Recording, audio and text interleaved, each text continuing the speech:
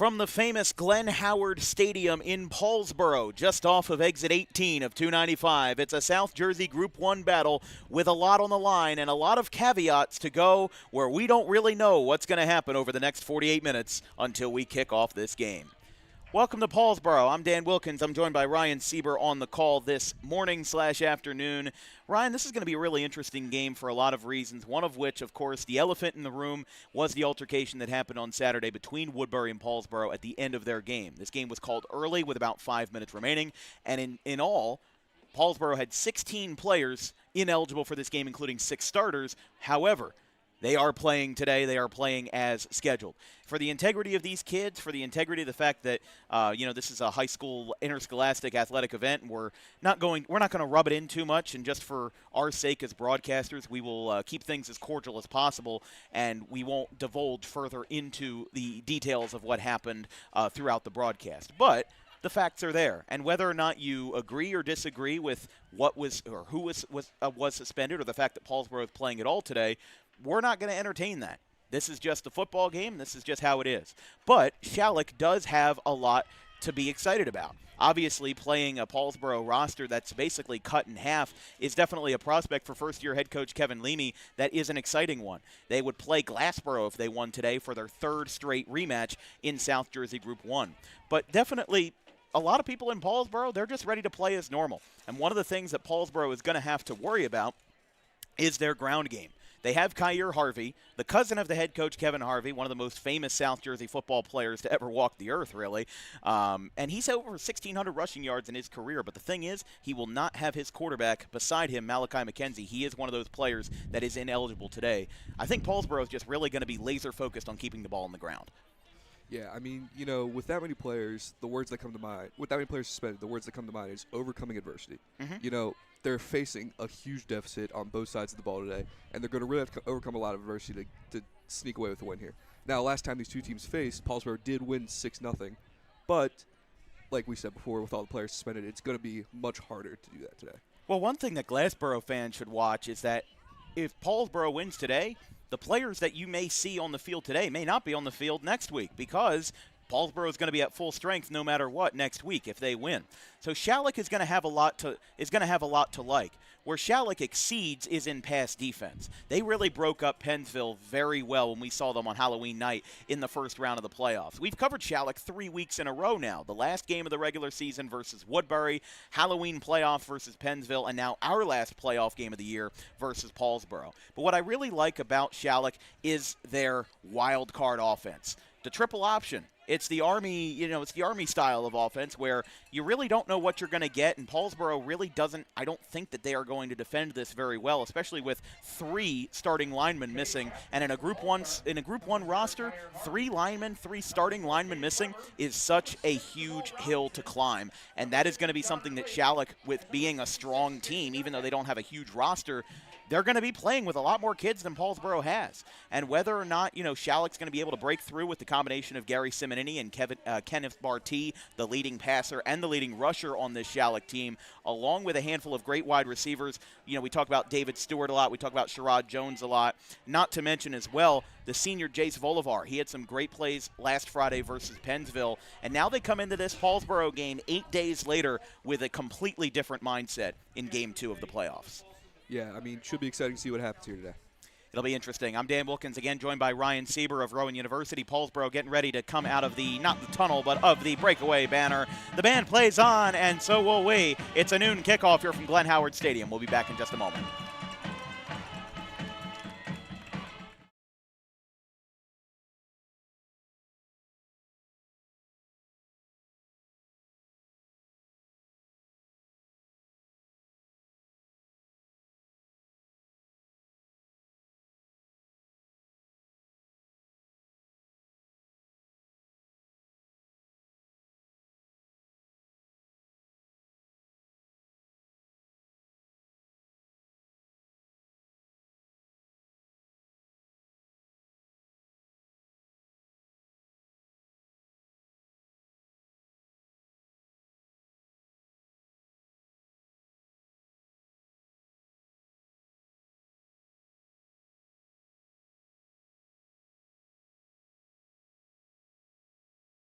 favorite bagel shops around.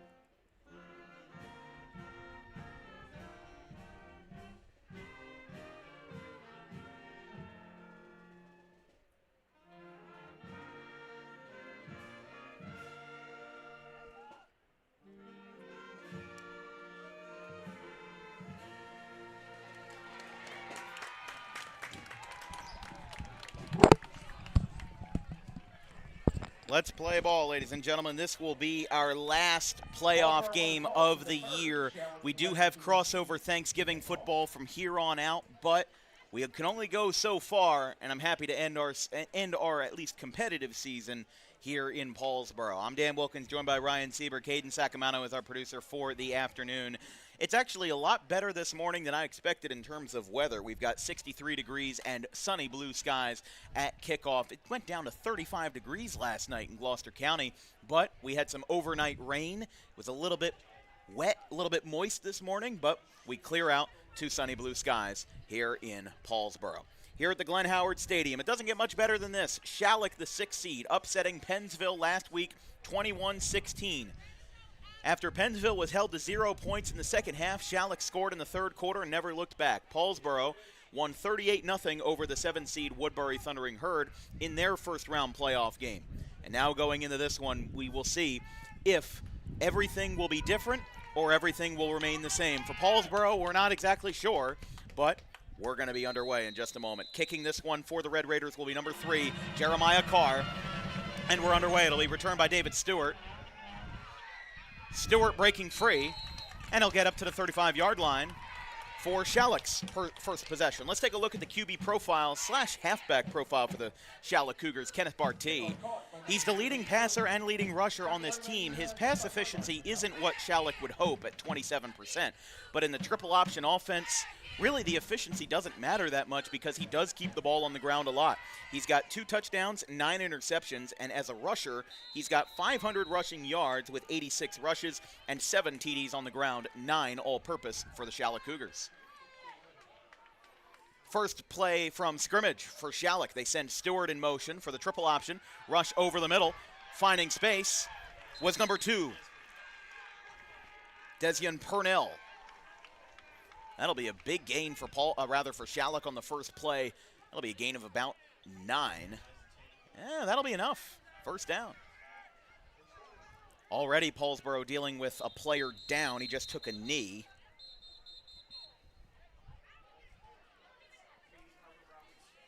That was Herbert Roberts down as they'll attend to him. 11:36 on the clock.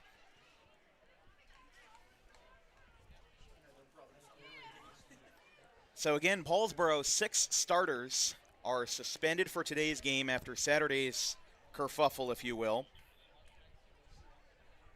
The players that were specifically out, we were asked not to disclose them before the game today, but the starting quarterback for Paulsboro looks like it'll be Jasir Johnson, number 9. The quarterback, Malachi McKenzie, is suspended. And along with the other players will be Christopher Neff, Paris Graves, Dejon Williams, Zion Bagby, and Amari Herbert Roberts.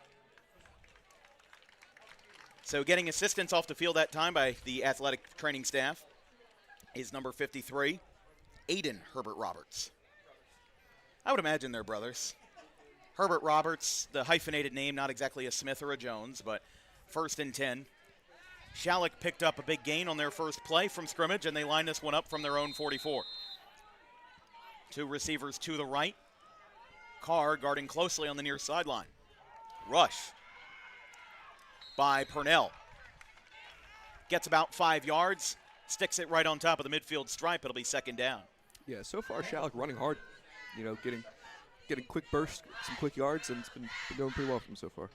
It has been doing pretty well for them so far, and, you know, that's what makes Schalick such an unpredictable offense, is that the triple option is meant to be unpredictable. Why do you think Army does it so well?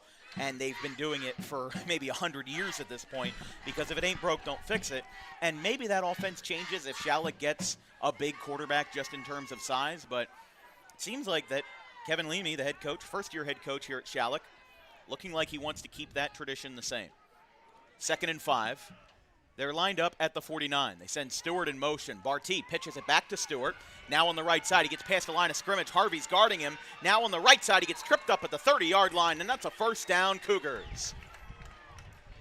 Well, that is a big opportunity and a big gain for Schalick against Paulsboro's weakened defense. They actually have Kyer Harvey, the leading running back, lining up on both sides of the ball, which they normally don't do, if I recall. But again, with these 16 players out, 6 of them being starters and 3 linemen out, it's already a mainstay in Group 1 to have your linemen basically playing both sides of the ball and never leaving the field. That's going to be upped tenfold with these suspensions this week. Stewart in motion again. That option didn't really work as well as he wanted it to, but Jenkins is still going to get positive yardage out of it, and he's going to get about 10, maybe 11 yards. A huge gain by Aiden Jenkins after that snap didn't look like it was all that clean. It's going to be a gain of 9. They'll be stopped at the 25. 2nd and short for the Cougars. Big thing for Paulsboro here, they have to stop the run. They know that Schalick is going to keep it on the ground for the majority of this first drive, if not more. And they're just going to have to figure out what's the best course of action for that. What's the best way of going about it?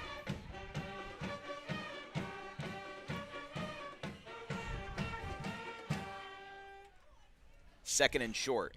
They send Jenkins in motion on the end around. Now Barty, right side, has some space, gets a couple blocks, right side, first down. He's in the red zone, and he gets all the way up to around the 15-yard line. Yeah, I mean, so far on this first drive, Schalick's just kind of been making something out of nothing on most of these plays. You know, it looks like a lot of these plays looks like they're going to get stopped in the backfield, but then they get positive yards. 1st and 10, they're lined up from the 18-yard line.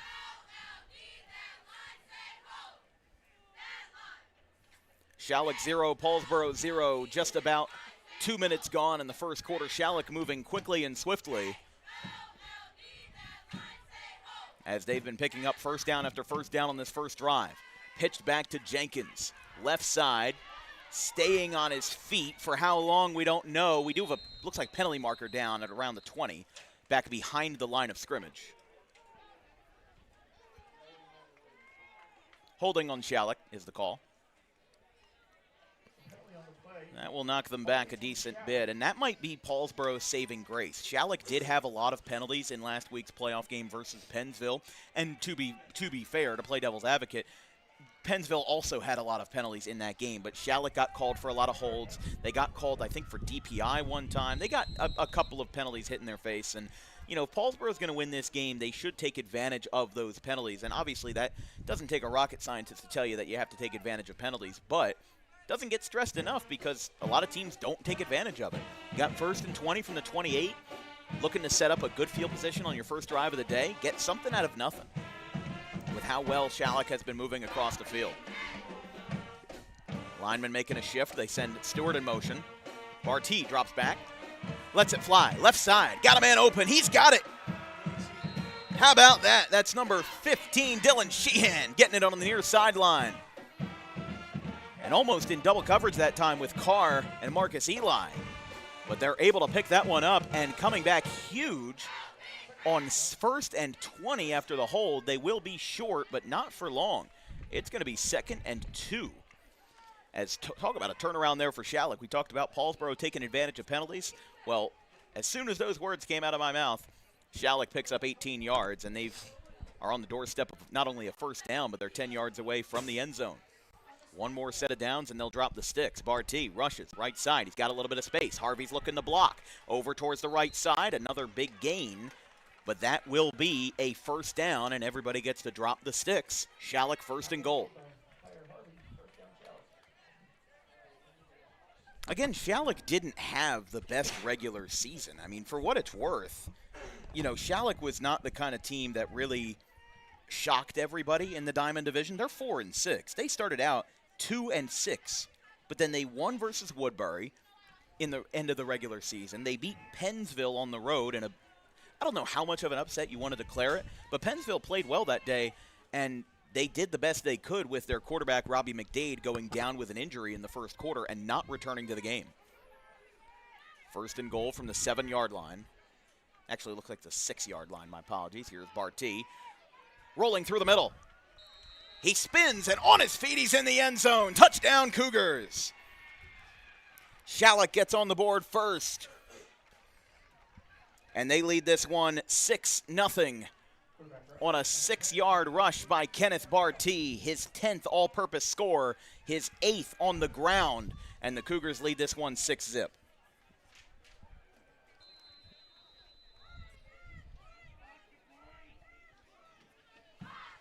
PAT will be taken by the strongman kicker, Hunter Dragata. He's attempted the longest field goal in DWB history at 56 yards. Obviously, he was well short. This time, the PAT, no problem there. It's good. It's Schalick 7, Paulsboro 0. We'll take a quick break. 8:06 remaining in quarter number 1 here at Glen.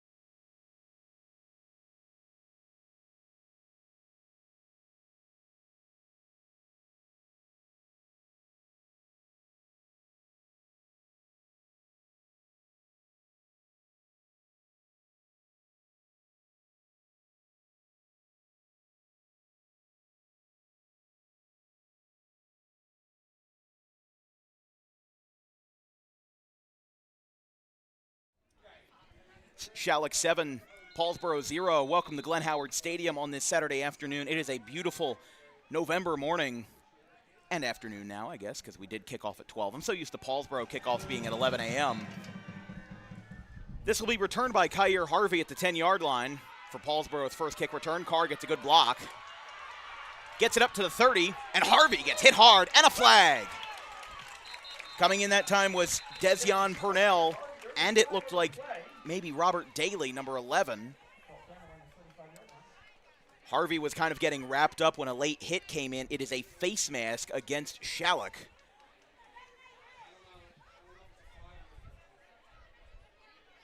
Let's see what they opt for here on the personal foul on the face mask. I don't even know if I saw the face mask. I just know that there was a late hit involved. It'll be 5-yard penalty. So here's Paulsboro. And let's take a look at that running back, Kyer Harvey. Again, you can probably imagine that Harvey is going to get a lot of direct snaps tonight. And, of course, Jasir Johnson looks like he's lining up in there as well. But Harvey with over 1,600 rushing yards in his career this season, 682 rushing yards in 116 attempts with 7 TDs on the ground. He's got 17 TDs all told. Carr is going to be on the first rush of the game. He's going to get about 10 yards diving forward. He'll get up to the 48. First down, Red Raiders. Yeah, I mean, in Schalick's drive, that was a very quick score. I think Paulsboro's going to have to answer here to make this game interesting. Yeah, I think if Paulsboro doesn't score here and Schalick goes up 2 scores, it's going to be incredibly difficult for Paulsboro to have a whisper in this game just because of how depleted they are. I mean, I can really count maybe on 2 hands how many players are actually on the sideline and are actually dressed and on the sideline, that is. Harvey's going to get a rush. Looks like Jeremiah Carr was the one who handed it off to him. That's going to be a first down. Back-to-back first downs for the Red Raiders, and he gets all the way up to the 36-yard line. Harvey's down. Kyer Harvey is down on the near sideline. Harvey got hit hard. I don't even know if he got hit that hard, but he went down. So the Paulsboro training staff attending to him as Schalick and Paulsboro move away. Good offensive progress for the Red Raiders. They picked up back-to-back first downs, a 12-yard rush by Carr, and another rush for a baker's dozen by Harvey. But now the attention turns to Harvey for a different reason. So hopefully he's going to be okay. Kevin Harvey's down there, looks like in the gray hoodie, talking to the head ref. Kevin Harvey, one of the premier South Jersey Group 1 football players to ever play, graduated in 1996 and set several records.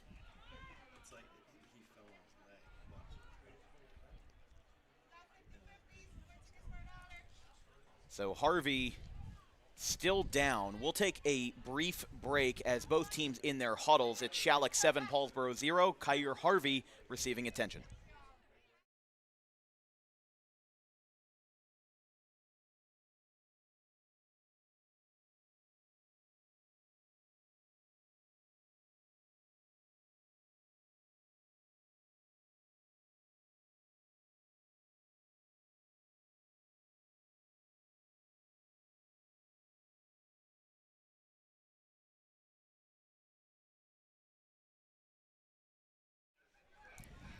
Well, after we went to break, Kyer Harvey was helped off the field. He was carried off the field and did not put weight on either leg.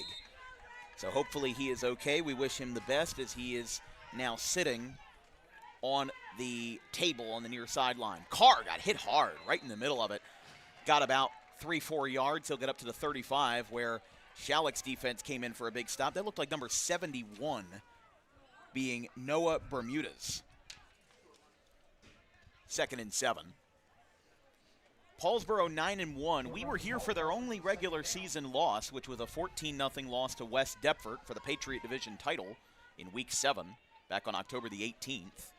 That was a fantastic weekend for DWB football. We had Kingsway at Washington Township, our highest viewed broadcast to date, and then West Deptford Paulsboro. Here comes another rush up the middle, flying 6 ways from Sunday, getting in there. Paulsboro is going to get another handful of yards inside the 30 as the rush by Zay Mears. But what a big blow that is for Paulsboro to have Harvey down now for an extended period of time. Don't know when or if he's coming back in the game. You don't like to speculate on it too much, but I think it goes without saying Paulsboro needs Kyer Harvey. Yeah, I mean, you look at their sideline, and like you said earlier, you can count them on 2 hands how many people on the sideline. With 16 players out, that's about half your roster. That's about half the roster. So that's going to be a big hit for Paulsboro right there. 1st and 10. They're lined up at the 27-yard line. They hand it off. Carr on the jet sweep. Just gets a little bit there. But yeah, if this was a Group 5 game, like we covered Washington Township, we covered Deptford, Deptford's Group 3, but Kingsway, Washington Township, Williamstown, those massive schools, 16 players, you could just call up some guys from the JV team, call up some guys on the freshman team. I don't even think Paulsboro has a JV or a freshman team. They do have a JV, but I mean, Ryan, you're a Gateway guy. They just fielded a freshman team for the first time ever this season. So it really depends on what the membership looks like, and it depends on, who buys into the program. 2nd and 9, breaking free. Oh, and he was taken down by the last man to stop him, David Stewart, as the rush by Zay Mears. Backing up Kyer Harvey, who looks on from the sideline.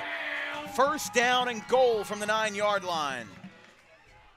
This could be a barn burner today if runs like that keep happening. I mean, Schalick's defense, again, it appeared to me that, with talking with Al Muskowitz and talking with them, it seemed like, Schalick, it was not released, and probably for good reason, the players that weren't playing. So probably the opponent prepares as if you were at full strength, but that's into the end zone. Touchdown, Jeremiah Carr. Jeremiah Carr goes 9 yards into the end zone, rolling around to the right side, and it's 7 for Schalick, 6 for Paulsboro.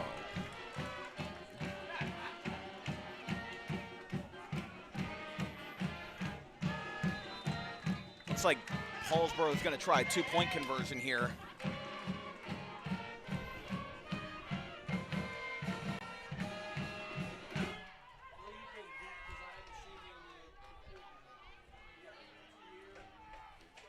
Again, as expected, Paulsboro will try a 2-point conversion. Pretty much every time we've seen them, this is the only thing they will try.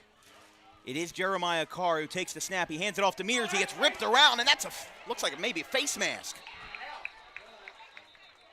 On a 2-point conversion, no less. It will be good.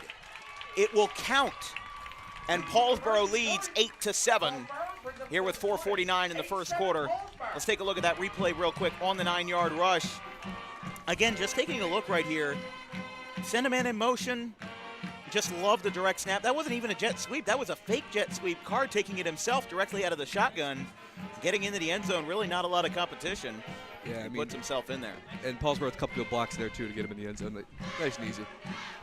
So I'm curious if Mears, who was on the carry, we saw the face mask on the 2-point conversion.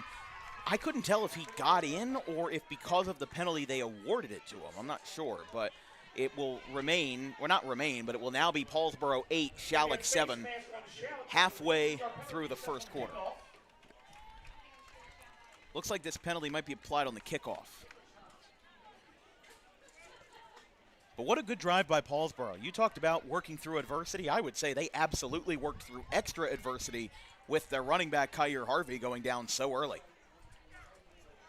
Yeah, that was a very, very good answer by Paulsboro there. You know, Schalick scored fast, and Paulsboro also scored fast to start this game. So I think it's going to be very, very exciting to watch.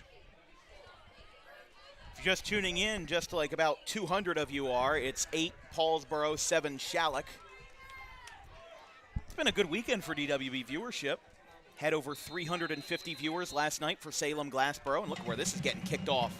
It's going to be returned by David Stewart at the 5-yard line. Stewart rolling back. He's got to get up to the 20 for it to be worth it on the return. Gets it up to about the 30. Forward progress brings them back, and Schalick gives themselves up at the 27, 28-yard line. That kickoff being so far up might be the only time that a Group 1 team would have a touchback, if not for Hunter Dragata. Yeah. If you remember last week, it might have been either last week or I think it was versus Woodbury. 2 weeks ago, we made a 43-yarder. Yeah, that would make sense, 21-16, so no room for field goals there. With a 43-yarder versus Woodbury. Schalick, of course, in the Diamond Division, we talked about their 2-6 regular season. They played Somerville, an opponent from Central or North Jersey, lost 34-17, and then lost to Cumberland, a Group 4 team, 14-7. Here comes David Stewart. Left side, he takes himself out of bounds at the 45-yard line. I don't know how much farther he could have gotten if he didn't step out, but David Stewart taking an extremely conservative approach on that play. Yeah, I mean, no reason to get blown up there. I mean, just, you know, take your yards. Conserve yourself. Get back, get back in the line, make the next play. It's only the first quarter.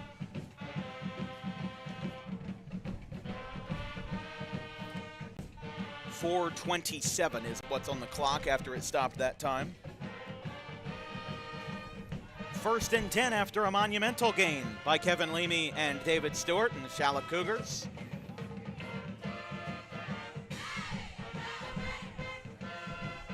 First and 10, Barty, direct snap. Takes it himself on the option.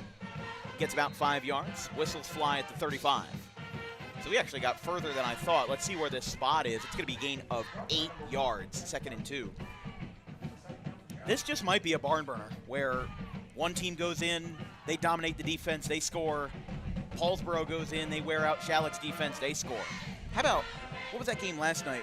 Our friend David Cohen was talking to us about Holmdel and Neptune. How about that? Did you see that score? Yeah, well, they scored 8.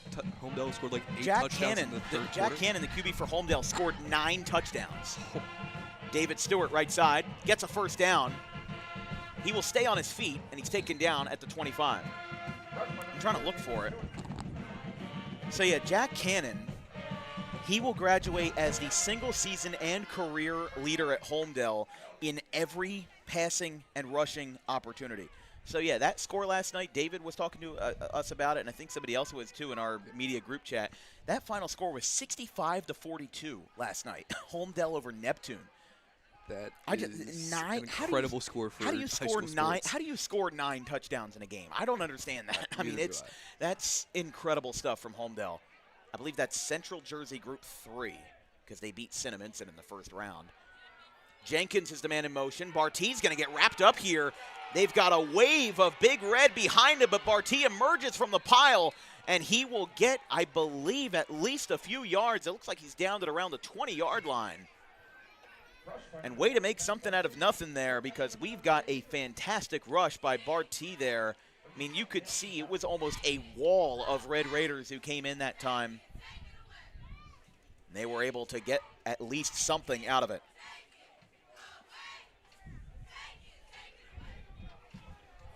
Second and 4 from the 22-yard line. Actually, no, they're on the 20-yard line, on the red zone. Hand off to Purnell. Gets wrapped up at the line of scrimmage. No shame in going for short distance that time. I mean, you're going to set up 3rd and 1 here. Can probably just bang it through. Bring the strongest guy that you have, which Schalick, no stranger to strong gentlemen. Bring the strongest guy you have. Go under center and just run it up the gut. Yeah, I mean, even if you don't get it, their kicker has the leg. Like, I was watching warm-up. This would be. He was making kicks from the 40. If this was from the 20, if this was from the 20-yard line, it would be a 37-yard attempt. He made a 43-yarder 2 weeks ago.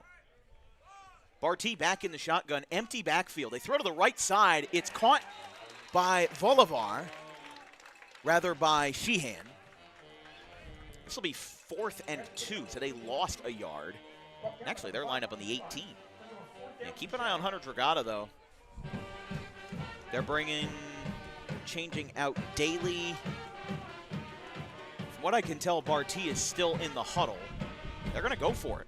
From what I can tell, I'm surprised. A little bit surprised that they're going for it here. Yeah, how quickly Paulsboro scored. It's fairly windy, but it's not that windy. And I would have confidence that he would be able to make it. This would be a 35-yard attempt if it was good. Yeah, and also with how quickly Here's Paulsboro Barty, scored. pass, caught. That might be enough. Let's see. It's going to be It's going to be really close from our angle. Stewart made the catch. They're moving the sticks. That's a great gamble there by Schalick to move the sticks. Wasn't sure if it was going to work because they could have played it conservatively with the field goal, but they do stick with their gut. They've got a first down inside the red zone from the 16 on a short pass, a dump off to David Stewart. Yeah, I mean, also with how quickly Paulsboro scored, that was a big gamble right there, you know. If you give Paulsboro the ball back, then they go up a score if they can do the same thing that did on the first drive.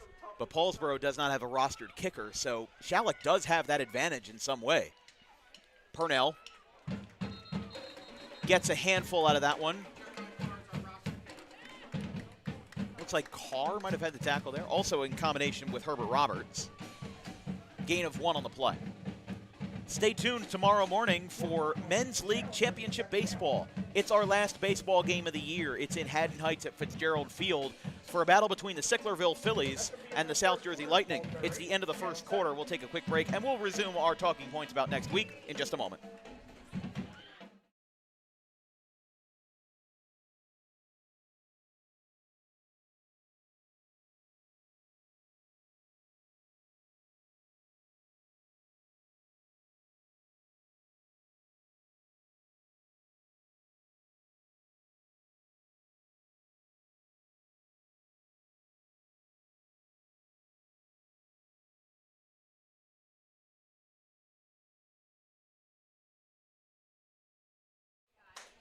Second quarter, let's resume what we were talking about with next week. Tomorrow morning, it's Men's League Baseball, the South Jersey NABA Championship, the National Adult Baseball Association, between the Sicklerville Phillies and the South Jersey Lightning from Haddon Heights, 9 a.m.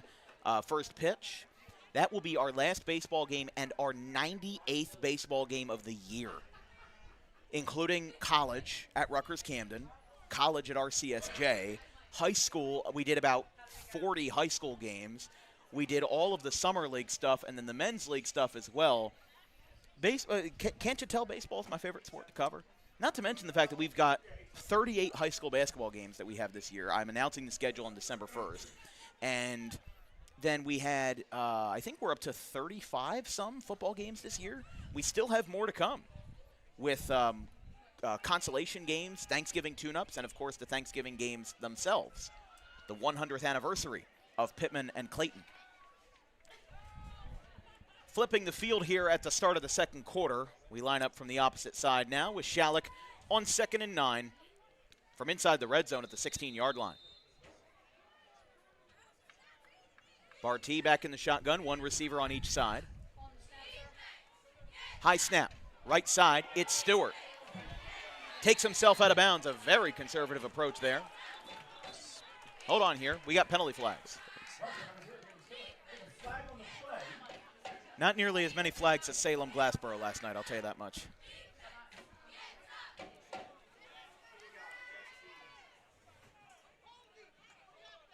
Oh my goodness.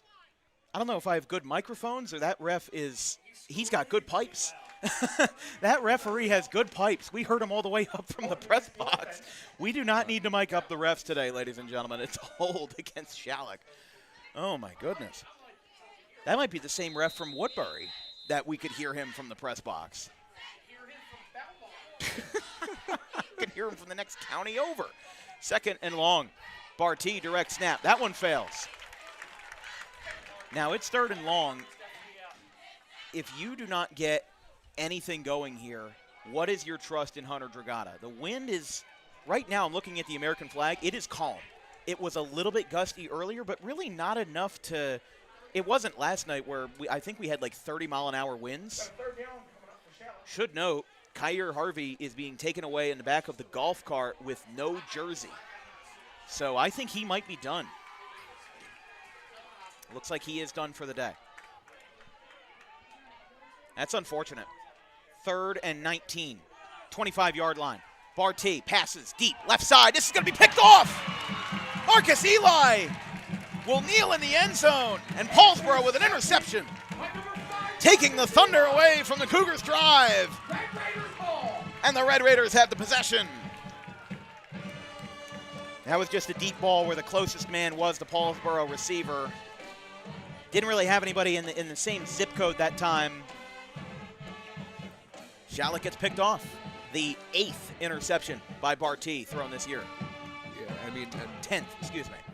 And possible miscommunication there with QB. I think that was definitely miscommunication. Yeah. I mean, he threw it. I think he threw it to a spot knowing that there was going to be a guy there, and then there was no guy there.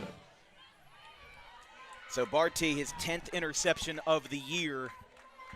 Again, the wind being relatively calm, if you keep the ball on the ground, you're probably setting up about a 40-yard attempt for Hunter Dragata. Listen, I love my special teams. I love my kickers. I love my punters. Would love to see some field goals today. Here comes the rush by Zay Mears. On his feet, breaking away! All the way! Near sideline! First play, touchdown, Paulsboro! No flags! Unreal! Way to stick up for your guns, for your teammate. Kyer Harvey down. And Zay Mears, in his wake, emerges with an 80-yard rush immediately following the interception, and it's 14-7.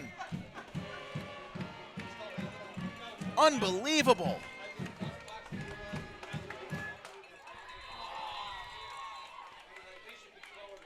Wow, Zay Mears, 80 yards. First play of possession after Schalick throws an interception. And the Cougars now go down by 7 points. Could be 9. Paulsboro with a 2-possession. This could be a 2-possession game if the 2-point is successful. Carr, right side, moving in. He's taken down from behind. It's going to be close, but it is short. And the score remains 14-7. How about them apples? 10:44 to play in the first half. It's the Cougars 7, the Red Raiders 14. We'll take a quick break.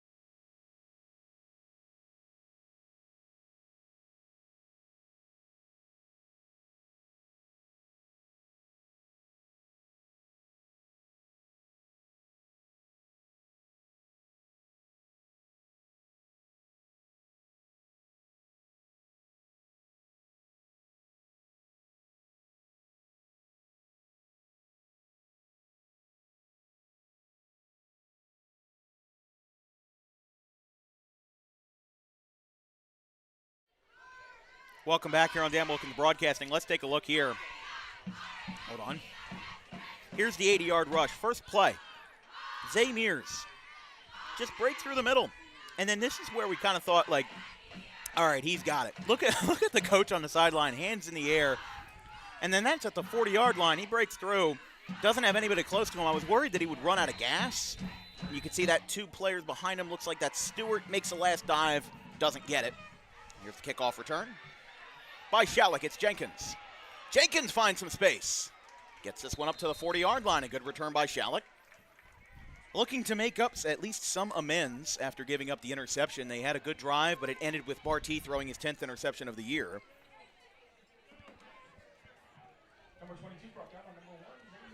Again, this is why I was talking with a lot of people before this game, because with everything that happened on Saturday, the question was, how are you going to cover this game? And I said, I'm going to cover it like a regular game. We made minimal notes about the suspensions, and obviously now Kyer Harvey, another player down due to injury. Simonini is the quarterback. Fakes the handoff. Now pitches it to Jenkins. That looked like a forward pass. He'll get about a yard. So Simonini with a little bit of a forward shove to Jenkins. The thing about Schalick is that they've got a new head coach. Their former head coach, Mike Wilson, left to go to Clearview. Obviously going from a small school to a big school is a big change, and Wilson's first year at Schalick wasn't all glitters and gold either, but looks like now Barty coming back in after one snap by Simonini. Point is, though, Wilson, his first year at Clearview wasn't all that, glitter and gold. They did finish 1-10, but the thing is, though, is that Kevin Leamy's doing a fantastic job working with his roster the best that they can as Paulsboro's line holds up. That's one thing that I didn't know if that would hold up was anything about the Paulsboro defensive line. When you have 3 of your starting linemen out, it really creates a huge wild card. And when it comes to Schalick's offensive line, you could say that, just looking at the eye test, Schalick's got a bigger offensive line. But it's not as much of a difference as it was with Pennsville. When you saw Pennsville, you saw offensive linemen that could have been wide receivers on a different day. This, you can tell that they're linemen. I don't know how else to describe it.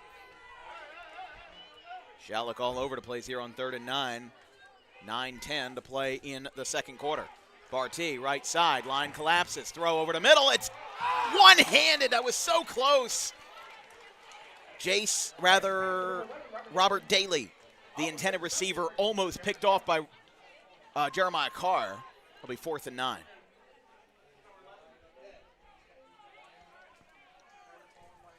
So Schalick will punt. Carr really doing everything today. He is back to return.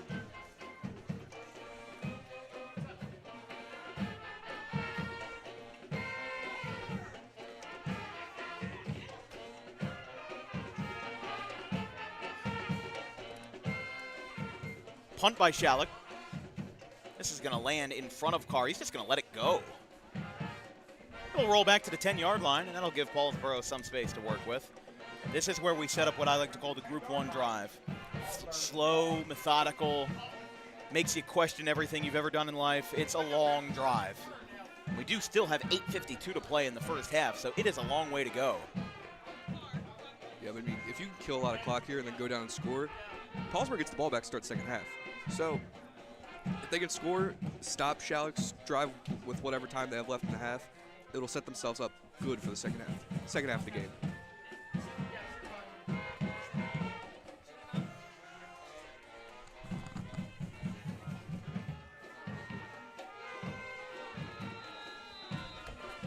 First and 10 from the 40, or rather from the 10. Paulsboro up 14-7. Their 2 scores have come in wildly different ways. A 9-yard rush by Jeremiah Carr on a direct snap. And then an 80-yard rush by Zay Mears.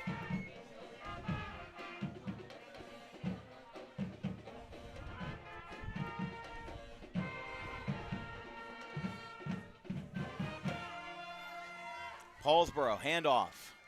Doesn't get too far. Again, Paulsboro, just from the head count from our good friend Kevin Minnick, 23 players look like they are the ones in uniform today. Just a lot of stuff, I'll tell you that. Some South Jersey playoff scores from last night. In Central Jersey Group 5, Washington Township beat Rancocas Valley 44-26. They will play Old Bridge in the final. Atlantic City shut out Shore Conference rival Toms River North 42-zip. In South Jersey Group 5, Kingsway beat Southern 28-7. The South Jersey Group 5 final will be Atlantic City and Kingsway. Millville shut out Northern Burlington, the 6th seed, 42-0. Mainland upset the number 1 seed, Burlington Township, to send them their first loss of the year, 15-13. Burlington Township missed a field goal to end their season. Paulsboro calls a timeout. We'll stay right here. Let's wrap up on some out-of-town scores here in Paulsboro this afternoon. Camden beat Manasquan 46-6. Man, I can't think of any single controversial matchup between Camden and Manasquan. Can you think of one, Ryan? Not off the top of my head, no. You're not thinking of the – I'm talking about the basketball controversy from last year. Oh, I did not. The one that made national headlines, yeah, Camden and Manasquan. That one's a little bigger. Yeah. No, but Camden and Manasquan playing again. Glassboro and Salem. Glassboro beat Salem last night 35-0. That was our game, and that was the other half of the South Jersey Group 1 card. Holy Spirit beat St. Mary's 48-16 in non-public play. Seneca beat Matawan 28-7. Burlington City remained undefeated with a 52-21 barn-burning win over Manville. That was the team that Paulsboro beat in the first round of the playoffs last year. Haddonfield beat Lower Cape May as the 1 seed, 28-13. Delran beat West Deptford, scoring 20 unanswered points in the second half to win 28-20. And then in non-public play last night that we were supposed to go to before we switched it to Glassboro, Paul Sixth beat St. Joe's Hamilton 42-13. 2nd and 7. Paulsboro playing through a lot of adversity tonight. We'll be mentioning that like a broken record. Here is Carr, left side. Breaks free, get taken down below the waist. He'll be out at around the 20. Flag in the backfield, though. We do have a flag in the backfield. Just behind the line of scrimmage, it's a hold against Paulsboro. I'm telling you, this game's going to be close. I told people this game is going to be close because Paulsboro is going to have so much of a chip on their shoulder. It's almost going to be like an anvil on their shoulder, more than a chip. And then Schalick is just your wild card. They were 2-6, rather 3-6 in the regular season, but they won the last game of the year. They are the true wild card. This is the epitome of a team getting hot at the right time. Delsey was that team last year. They were the 7 seed, I believe, in South Jersey Group 3. They went on to win the sectional championship over Somerville. In high school football, you can do it if you've got the right pieces in motion. And yes, a lot of people are going to say, oh, whoever wins this game is just going to lose to Glassboro. I saw Glassboro last night. They only scored 14 points in the second half. They've won, I think, 24 straight games. Somebody's got to break that streak. Not saying they will, but there's a reason why. Glassboro's so good. They're backed up all the way back to the 5-yard line. This is a deep ball. Stewart, one hand, picked it off. Carr looked like he wanted pass interference, but David Stewart picks him off. Turnovers galore in the first half, and it sets up Schalick ball in great field position.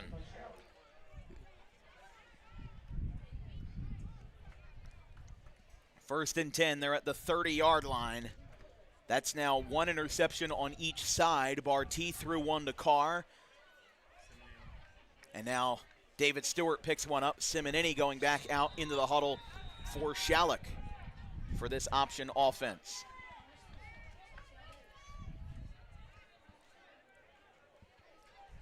.748 left in the first half. I'm Dan Wilkins, joined by Ryan Sieber on the call today as Jenkins, left side. He's got some room. He's got a first down. He cuts towards the middle. He's got more room. Taken out below the knees. You heard audible gasps in the audience as that one will be close to the goal line. A huge gain of 28 yards. And Aiden Jenkins sets Schalick up for a potential game-tying score. And that Paulsboro missed two-point conversion now comes back as Schalick, with the man that's so accurate in Hunter Dragata with PATs and short-range field goals, could tie this game up at 14-14 instead of it being 16-14 or even 15-14.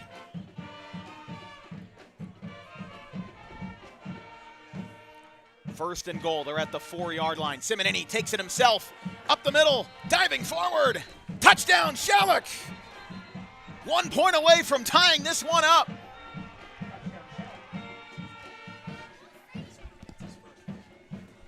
Gary Simonini, his first career rushing touchdown, and it comes in a crucial position. Schalick 13, Paulsboro 14. And a PAT could tie this game up after Paulsboro missed their first. They made their first 2-point conversion. They missed their second. Dragata will now go out. It looks like Jace Volivar will be the holder. Volivar to hold. Dragata to kick with the left foot. It's up, away, and good. We're tied. Schalick 14, Paulsboro 14. We'll take a quick break. 7:03 left in the second.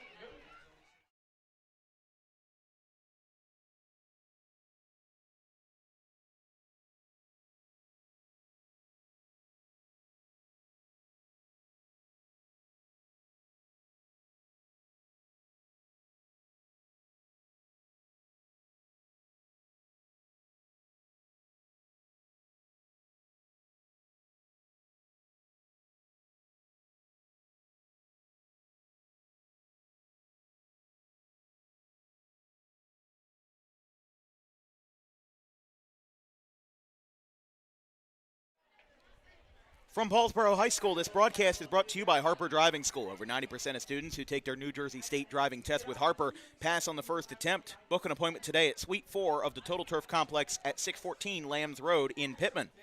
And also by Rowan College of South Jersey, the premier community college of New Jersey with over 40 associate's degree programs.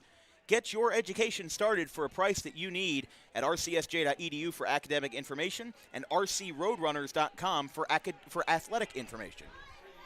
There's that sign in the window. It says, Go Big Red, all in big paper and whatnot. That was from earlier this year. This stadium was originally only known as the Pete Lamani Sports Complex, but was renamed after the famous coach Glenn Howard, who coached for over 30 years in Paulsboro, won countless sectional championships, had countless undefeated or 9-1 seasons. I'm just the one to say that I agree or disagree. So this game is tied 14-14.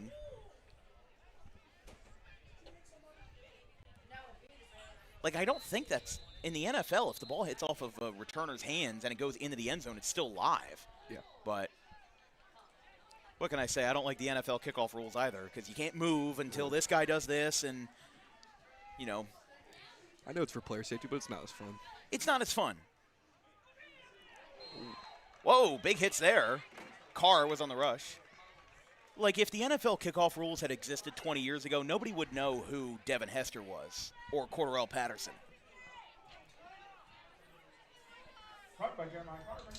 Carr brings up 2nd and 11 here, loss of 1.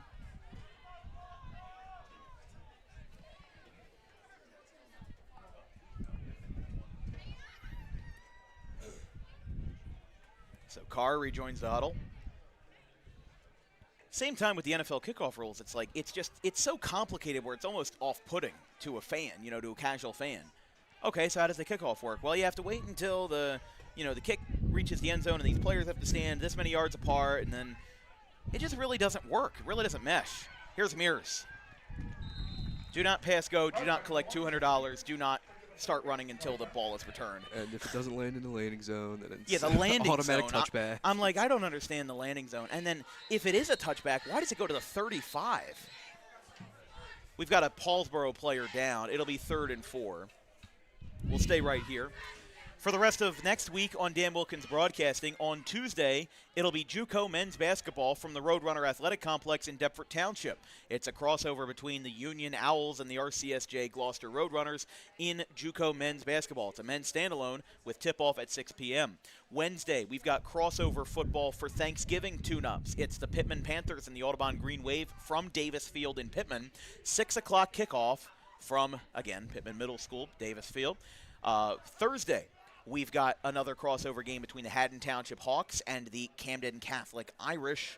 That is another Thanksgiving game. Haddon Township preparing for their Curly Cup with Audubon. Camden Catholic preparing for their Thanksgiving bout with Paul Sixth. On Friday, We go over to the youth side. We've got a 14U football game that is the Turkey Bowl in Voorhees. It's the Haddon Township Hawks, no relation to the high school, and the Eastern Vikings, no relation to Eastern Regional High School. Kickoff at 7 p.m. And then wrapping it up Saturday morning, November the 15th, it is JUCO men and women's basketball. It's the Luzerne County Trailblazers versus the RCSJ Roadrunners.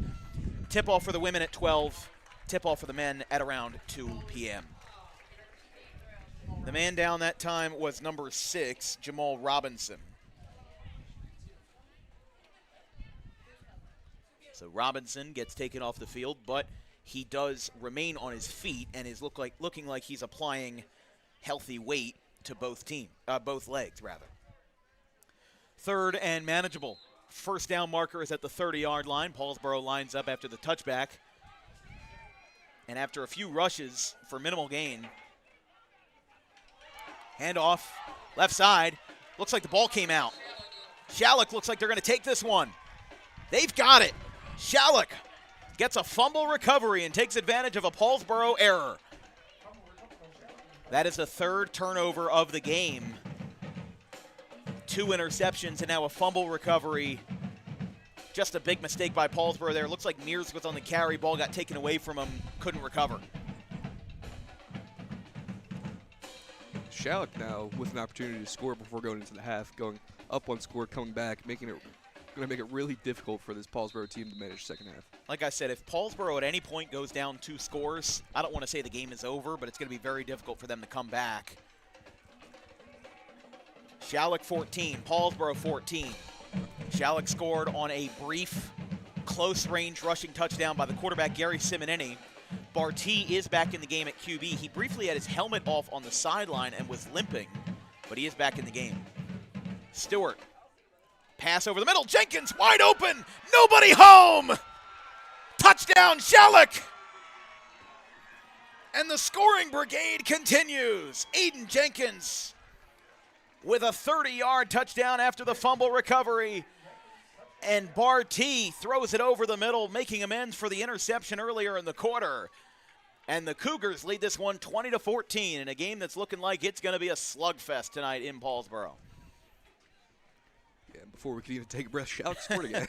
Yeah, before we could even wrap our heads around what we saw, Schalick breaks free, a 30-yard pass from Kenneth Barty to Aiden Jenkins, his third passing touchdown of the year, his 11th all-purpose touchdown. Here's Dragata again, hold by Volivar. It's up, away, and good. A little bit hard to tell. The goalposts don't extend as high as you might expect, but it's Schalick 21, Paulsboro 14. Let's stay on the air to get this replay running. First of all, let's actually look at 2 replays real quick. The first one we're going to look at is going to be this. This is Schalick's second touchdown. Okay. So, yeah, Simonini right here breaks through a tackle, and then he just finds that gap. Look at the left guard right there for Paulsboro. He goes through, and then he just dives over the goal line, and he's got it. So, just really simple and fundamental plays right there that really end up working out for them. And then let's take a look at the second play. This one right here just found a man open. Really nothing else you can do about it. Jenkins found a man open, and then, again, a replay got cut off a little bit, but you can see Barty, close range to the offensive line, throws it over the middle, and then look at where he catches that. The closest receiver for Paulsboro, or closest defender for Paulsboro is like 5 yards inside, and then there's another one to the right of Volivar, and he cuts to the middle, couldn't get anything going, and that's the score. Schalick 21, Paulsboro 14. The instant replay brought to you by Harper Driving School. If you're a small business owner who would like to become a sponsor of Dan Wilkins Broadcasting, send us an email with an advertising inquiry at thedanwilkinsshow@gmail.com. That email is also in the description of our YouTube video. And if you're not a small business owner who would like to make a contribution to Dan Wilkins Broadcasting, we do accept donations at our Venmo on DW Broadcasting. No spaces, no hyphens. We're all high school and college students. My producer, Caden Sacamano of Audubon High School. My color commentator, Ryan Sieber out of Rowan University. It's now Carr breaks through a couple tackles, gets taken down. Oh, hello. I hope he's a hurdler in the spring season in track. He just hopped over the trainer's table as he got taken out of bounds. Exercising that hurdling ability right there as Carr able to get out of bounds without much fanfare. It'll be returned all the way to the 31. But we did mention, again, I myself, a second-year student at Rowan College of South Jersey, my color commentator Ryan Sieber out of Rowan University. For a lot of these games, we don't get paid, and a lot of it's just for the passion of the game, and we rely on sponsors and, again, our wonderful viewers if they'd like to make a contribution. But, of course, today we make sure every broadcast that we do is free to watch and of the best quality that we can provide. Considering we did 3 games yesterday, and all 3 of them had some sort of technical issue, I'm very glad that we're, knock on wood, literal wood in the press box, settling in here this weekend. Schalick shifting on the line. They send Mears in motion. Carr with a stutter step on the rush on the keeper. That'll be about 2 yards. Got a player down for Paulsboro.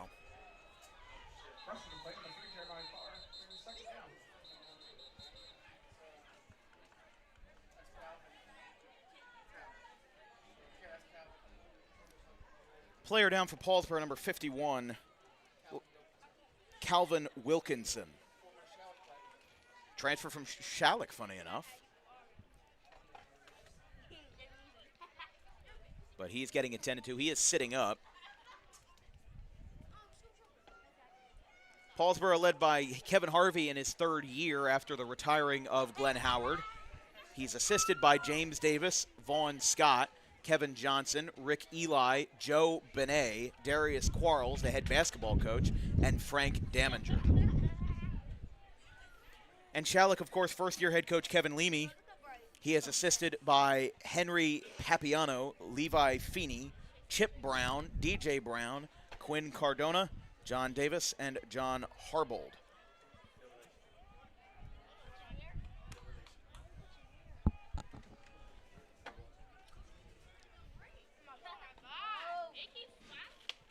So that player is still down. It looks like they're preparing to get him to stand up, so we'll stay here.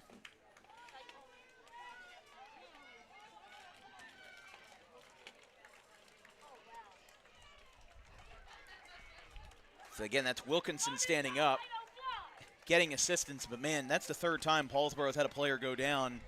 Obviously, Kyer Harvey, he went back to the locker room, and we did confirm that he is not returning to this game. That's just such a huge blow for Paulsboro. You're already down about half of your roster. You only have 23 players dressed. Now you're down to 22 with Harvey out.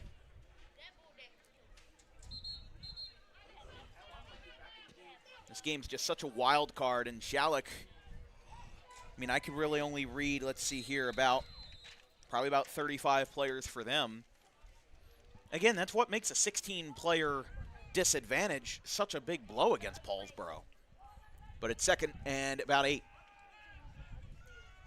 Carr throws it over the middle. He's got a man open. It's caught. He breaks away. Here comes the Red Raiders spinning around to the right side. To the 10. A herd come in, and he's down at the 8-yard line. What a gain. A dump off to Marcus Eli, and he gets all the way, but hold your breath, folks. We've got a penalty flag.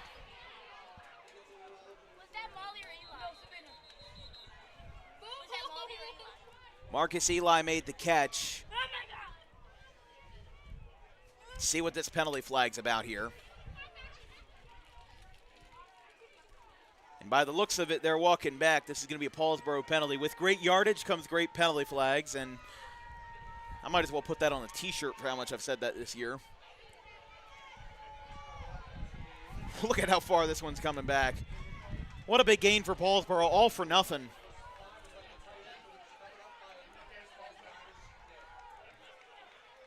Penalties against Paulsboro, illegal touching. It's illegal touching. So I'm curious if Eli was in an ineligible receiver downfield, because I don't think he would have been. Kevin Harvey obviously disagrees. He's trying to plead his case. Harvey talking to the head ref. Referee telling the Paulsboro coaches to go back behind the line.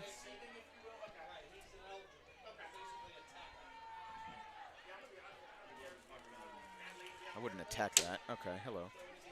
Sorry, we got a B in the press box. My producer, Caden Sacamano, taking care of it. The Wildlife, they love Dan Wilkins Broadcasting. We were packing up at Alcyon Park before the game started, and I'm taking out my laptop. What is sitting in my backpack? A Hornet. That was not fun. I had to go into my backpack to grab a pen for my color commentator, Chase Parson, to get the lineups, and he said, I'm not getting starting lineups, not with a Hornet in the backpack. 3rd and long. Carr with a handoff. Not going to get very far on that one, and that'll be 4th and long. Another flag on the far side of the field. Got another flag. Going to be illegal motion. Either illegal motion or illegal shift, couldn't tell. Illegal motion, penalties declined. We appreciate the support staff we have up here in the press box. Well, I mean, seriously, when I come from a baseball background where I've been calling baseball games since I was 11 years old, there's really no signal outside of safe or out. Maybe a couple of different nuanced signals. You get a foul ball. Foul ball. Maybe you move your hands to the side if the runner gets pulled off the bag, or the fair ball. Yeah. But there's way more in football. When I started out doing high school or even youth football, I actually had a 2-page sheet which I would tape to the window, which had all of the penalty signals that could possibly be called. Carr will go back to punt. Stewart to receive. This one goes a mile high, straight in the air. It's going to bounce, backspin. What a break for Schalick. That didn't even go in Stewart's area code as it lands at the 45. Schalick takes over there. I turned the camera towards Stewart, and the ball was all the way over there. So Carr with a sky-high punt, but sky-high results for Schalick on this drive from the 44. That's not what you wanted in a game that has already started to slip here. Not going to be easy for Paulsboro if they go down by 2 scores. I think 1 score definitely manageable, but if Schalick goes up 2 scores, I think that all Jets get turned up to 10 if you're the Cougars and try to shut down this already weakened Paulsboro team. Yeah, I mean, and even though there's only 3:39 left in the half, I think Schalick is more than prepared to score quickly as they Here have comes already. another throw. That's Sheehan who gets it over the middle on a slant route to the right. Gets it all the way up to the 25 there on the pass by Barty. 1st down and then some for Schalick. 21-14 here in Paulsboro. Paulsboro was up 14-7, now 14 unanswered points for the Schalick Cougars, looking for their 3rd straight South Jersey Group 1 sectional appearance, and their first with brand new head coach Kevin Leamy. 1st and 10. Barty, handoff. Looks like he's got about 2 yards. 2nd down. You can hear the train going along. You can see it moving along there. Here in the industrial town of Paulsboro, you can see the oil refineries over on the far side of the field. I mean, seriously, Paulsboro, National Park, Red Bank, West Deptford, pretty much all industrial towns. When you go down that 295 corridor, a lot of them are very, when you go down 295 or you get on 322 where Kingsway is in Swedesboro, there's so many factories down there, Logan Township. Then you get down to all the industry for DuPont and Pennsville and Pennsgrove and in Salem City. Here's Barty, throws it right side. He's got a man open. Jenkins recovers, and he's into the end zone. What a recovery by Aiden Jenkins for his 2nd receiving score. Aiden Jenkins bobbled the ball in his hands, and Schalick, as Paulsboro had feared, goes up by 2 scores, 27-14. Just a fantastic sequence there. Schalick was poised to take advantage of Paulsboro's basically a muffed punt at that point. As here comes Dragata to kick. He's 3 for 3 on PATs so far today. That one's up, away, and good. He's 4 for 4. Schalick 28, Paulsboro 14. 2 minutes and change to play in the first half. We'll be right back.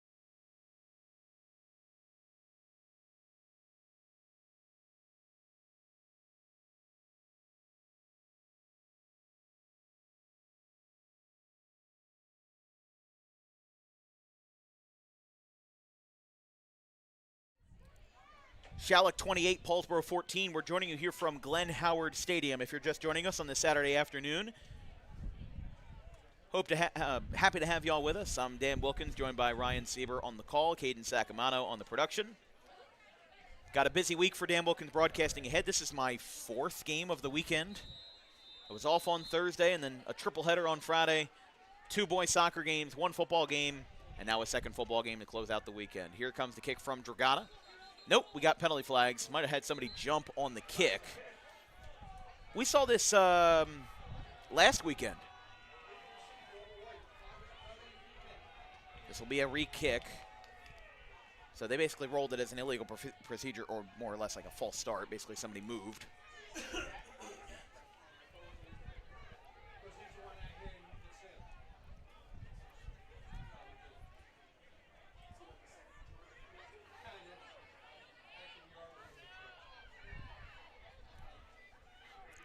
They'll line this one back up from the 35, and honestly, with how much of a boot Dragata has, it might actually be beneficial to be knocked back 5 yards if you're Hunter Dragata.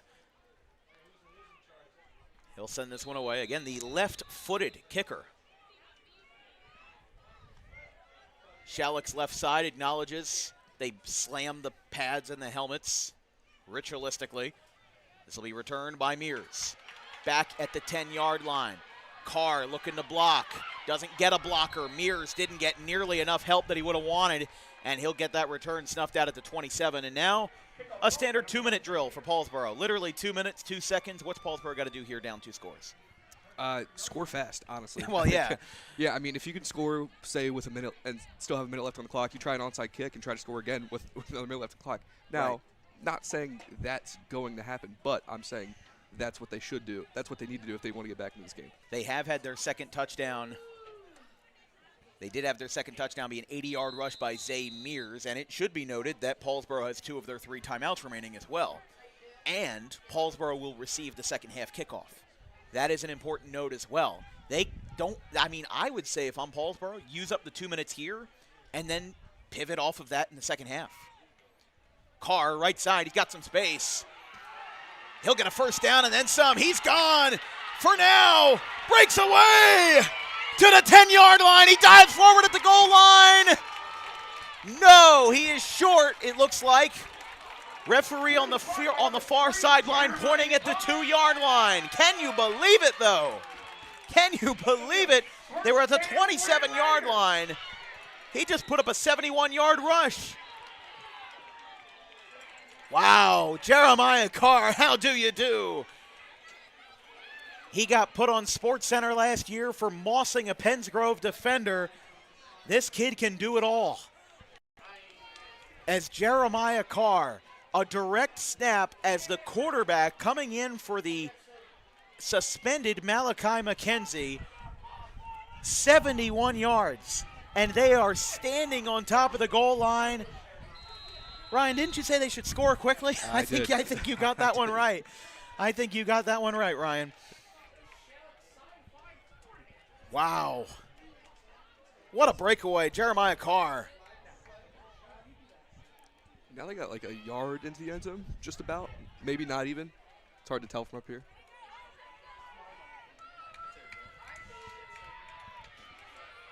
First and goal, diving forward on the goal line. Ooh. Short.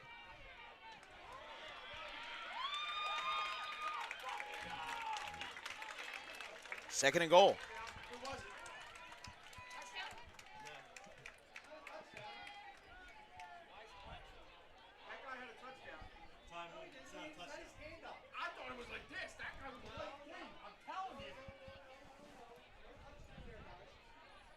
I saw this guy do this. Yeah, okay, maybe that's what it was.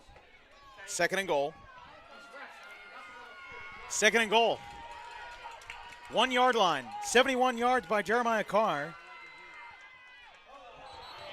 And a penalty flag. It's a false start against Paulsboro. Huge break for Schalick, knocking them back from being on top of the goal line to being 5 yards back. Penalty against Paulsboro.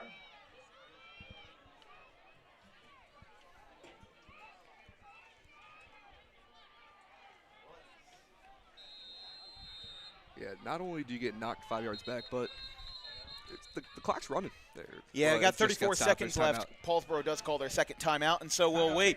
It's the Red Raiders, the Red Raiders 14, and the Schalick Cougars 28 right after this.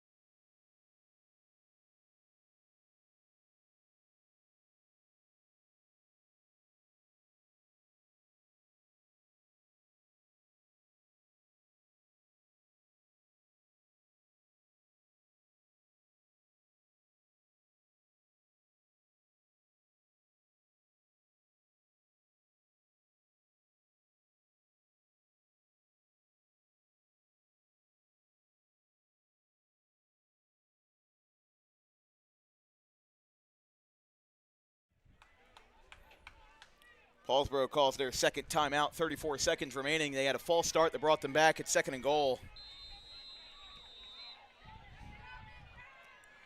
Paulsboro is basically standing on the goal line. We've got 34 seconds left, but the false start brings them back. Gets hit hard. Paulsboro has 1 timeout remaining. Let's see if Kevin Harvey uses it. He's pointing towards the referee, and they do call it. That takes us down to 26 seconds. Well, Paulsboro had so much rolling for them, and then that false start just really changed everything. And again, should be noted that Paulsboro will receive the ball to start the second half, but now using their last timeout, they've used back-to-back here. They've got to, they have to score now. They brought everybody to their feet with the Jeremiah Carr rush, 71 yards. You don't get much better than that. And if they don't capitalize here, that would be a huge letdown for Paulsboro.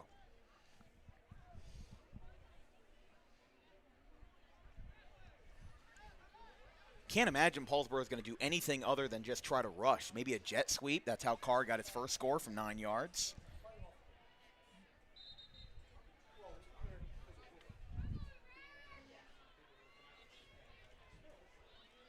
Wind picking up a little bit more, but still not all that gusty.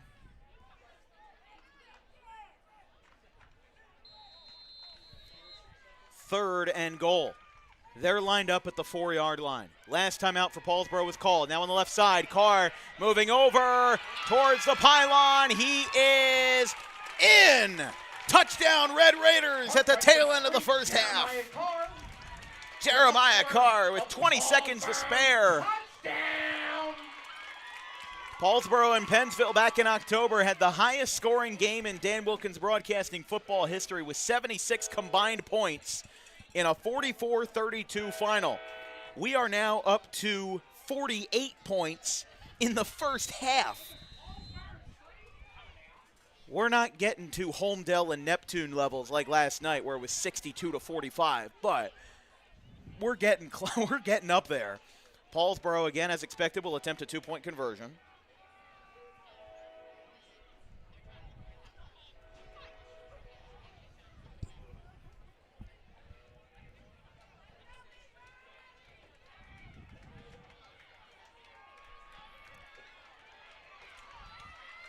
Carr lined up as a wide receiver. It's a direct snap to Carr.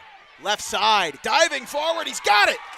2-point conversion successful for Jeremiah Carr. And it's now 28-22 with 20 seconds remaining in the half.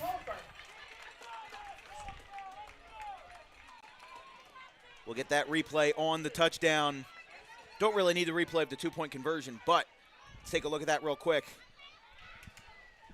Again, Paulsboro coming back from the timeout here, just a lot to love about this play. I mean, looks like Carr was on the right side, and then send a man in motion, just sends it right to him, a little bit angled, running out to the left. Look at how many blockers. That's man-to-man defense right there. Really like how Schalick was lined up. But then Paulsboro outmatched him, cut towards the left side, and just got in time on the pylon to make it 28-22. The fans are standing. The crowd cheering immensely for this Red Raider team that has gone through so much. 16 players sidelined. 23 players dressed prior to the game. Kyer Harvey out of the game with an injury. 2 players for Paulsboro have gone down with injuries, but it looks like both of them that were down have returned. So it's 22 players versus the world. It's versus players and versus people that don't think that this team should even be in the playoffs thanks to what happened last week. There's people that disagree. There's people that think that this team should have been disqualified entirely. But right now, Paulsboro making themselves known in such an adverse environment here tonight. Carr, kickoff. Back to Jenkins. Gets the return. 20 seconds remain in the first half now. They'll get stopped to the 35. And remember, Paulsboro gets the ball back to start the second half in a high-scoring affair tonight. I mean, we've had high school games that are lower scoring than this in the entire game. Got a man down, Paulsboro. But looks like he is getting up decently quickly there. Jamal Robinson. 13 seconds left. Does Schalick even, I mean, Schalick doesn't get the ball back to start the second half, so that it is kind of a question of whether or not Schalick will take any big risks. They do have all 3 timeouts, but with 13 seconds left, how far can you go with that? I mean, Kenneth Barty has had some long passes tonight. I think for the Schalick offense especially, I think they can score with these 13 seconds left. I mean, their last drive, last 2 plays. Drive before that, 1 play, both ending in touchdowns. So Here's Barty dropping back, line collapses, throw is up and incomplete. The intended receiver was Volivar. Was broken up. It just looked like it was a little bit high. Volivar, the 6-foot flat wide receiver, could not get that one going. Now it'll be 2nd and 10 after the incompletion. 8 seconds remain on the clock to our scoreboard on the right here at Glenn Howard Stadium. Paulsboro to receive the ball to start the second half. Don't forget to stay tuned for the Dan Wilkins Broadcasting halftime program, the Archive Show, where we bring you the best of the best from our 4-year history in South Jersey, from walk-off hits to game-winning shots and much more. Keep you entertained during the halftime break. End around. They flip it to Stewart. Stewart will take it himself. He's got to be conservative here. He's got to watch the clock. There's 3 seconds. They're going to run out of time. This is going to be the last play. He flips forward. He's not going to get anything on it. And Schalick did the best they could. They were able to flip the field, but nothing further. As the Paulsboro Red Raiders mounting a comeback tonight. Down by 2 scores. They trail by just 6 points at the halftime break. Schalick 28, Paulsboro 22. It's a high-scoring affair here on the 295 corridor in South Jersey, in Gloucester County, and in Paulsboro. We'll take a quick break. Again, Red Raiders down by 6 points at the halftime break. The Cougars up.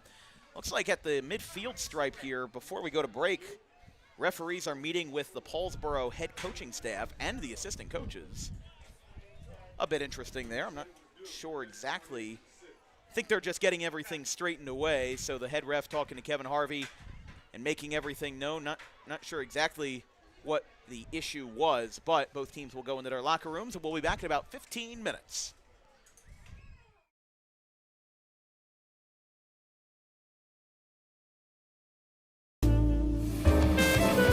Minutes remaining.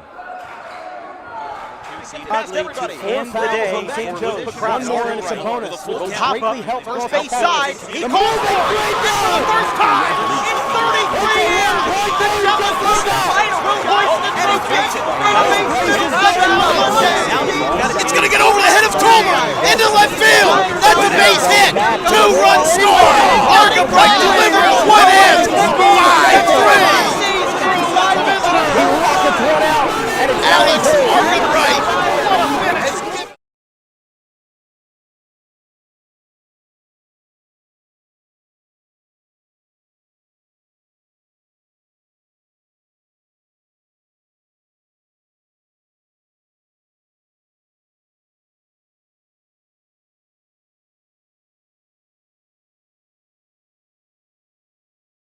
Jersey is the number 2 seed. As we said, they beat Manville 19-0 in the first round, which was even larger than Audubon's 16-0 win over Paulsboro as the 1 seed in the first round. That one's hit out towards center field straight away. Oh, she misjudged it. Got over her head in center field.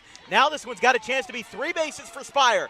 She's flying around third. Here comes the throw to the plate. It is not in time. What a way to kick off a semifinal with an inside the park home run. Emma Spire, who will take her talents to the Great Danes after 2026, lights up the scoreboard. with a fly ball that got misjudged in center field. And it gets past everybody. Graham will go back to position with no goal scored. They'll count down the time out loud here. Out to the left. One final shot, and it gets through. How about a buzzer beater? How do you do? It's a lead extending goal for Justin Lewis.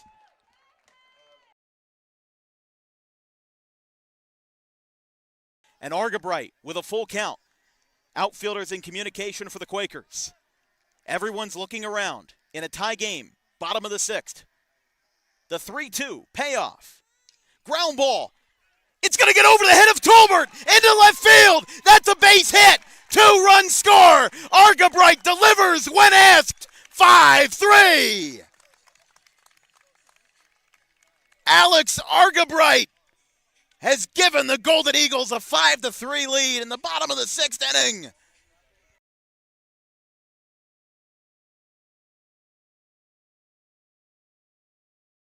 Two minutes remaining.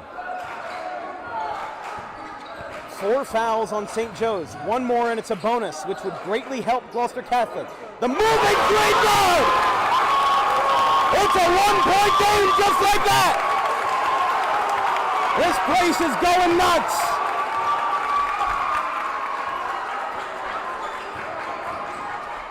And now a drive to the basket by Spross. He lays it up and lays it in! St. Joe's has 2 timeouts remaining. Gloucester Catholic still has 3. Here we go. Mastero pulls up. He goes to 3. 6 points. Jack Mastero has tied the game with 90 seconds remaining. How will the Wildcats respond with a miss of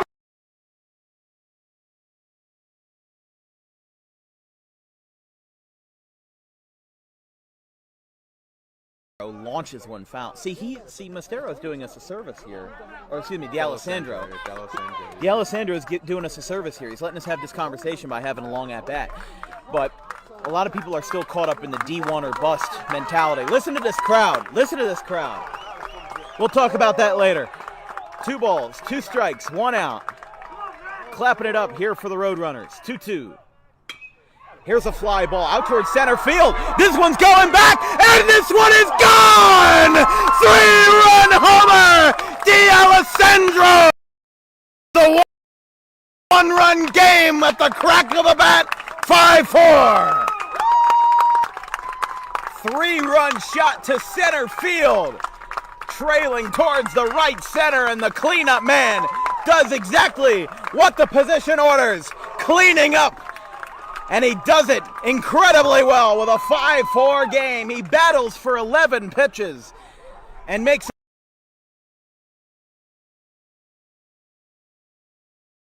will lead it off for the Senators. Chase Rollins, the player manager for CHP, gets it started with a ball upstairs, and we are underway in game 1. 1-0.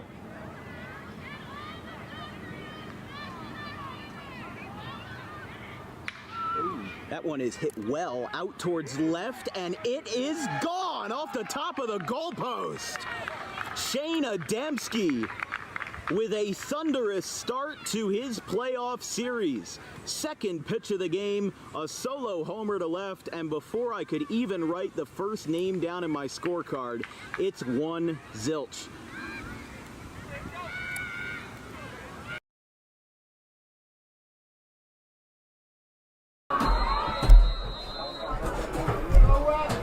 Late switch for the visitors.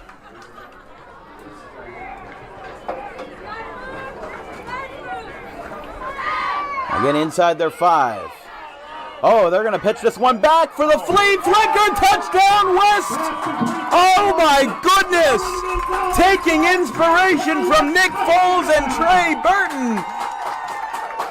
I think they just pulled off the Philly special.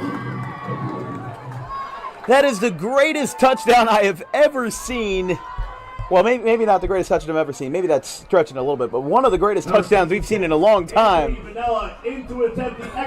And it's a tie game.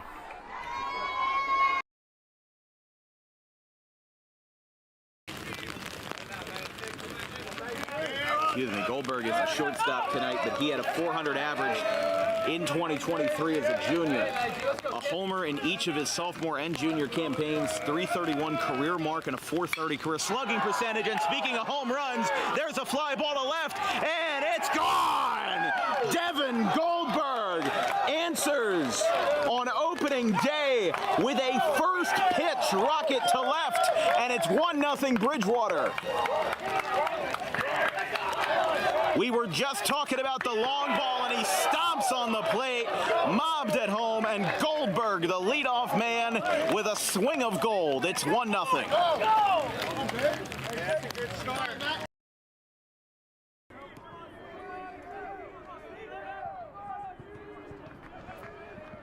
Ryan Nutley, who has 3 RBIs so far, is up on deck as here's a fly ball at the center field, going back to the wall. It is gone! 3-run home run, Steve Schaefer.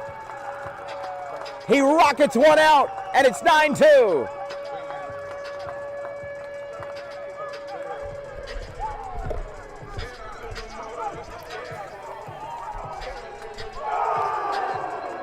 First home run for Schaefer this year, the second hit at home by a Scarlet Raptor. And Argabright with a full count. So after the holding call to be 1st and 20, as now rolling out to the right side, he's got a little bit of room to run on a QB rush. He's going to get a first down. There's no flags, and how about this for 61 yards? Anthony Gaetano with a QB rush that works to perfection. He hugs the sideline, and Anthony Gaetano gets the scoring started for the Red Hawks at 7-6.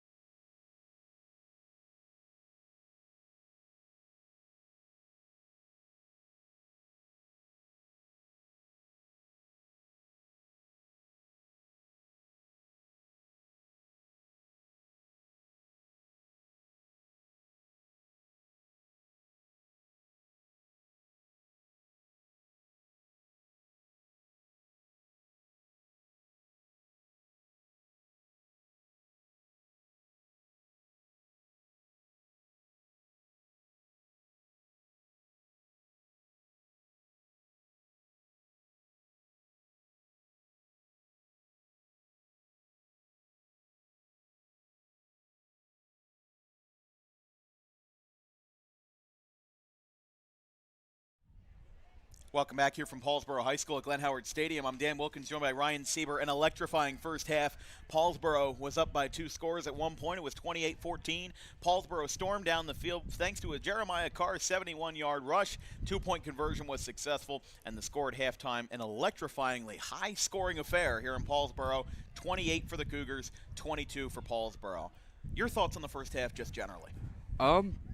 Honestly, shocking. Paulsboro has come out of the gate firing today, and they are down, but they're definitely not out, and that's kind of not really what I was expecting. But I would say if they can keep this trend up, they can sneak out of here with a win. This is not impossible. I said before that it wasn't impossible. I said during the open that it wasn't impossible. I said during the game it wasn't impossible. And look now, Paulsboro is going to get the ball back to start the second half with a 28-22 6-point game. But for Paulsboro, the adversity just keeps piling on.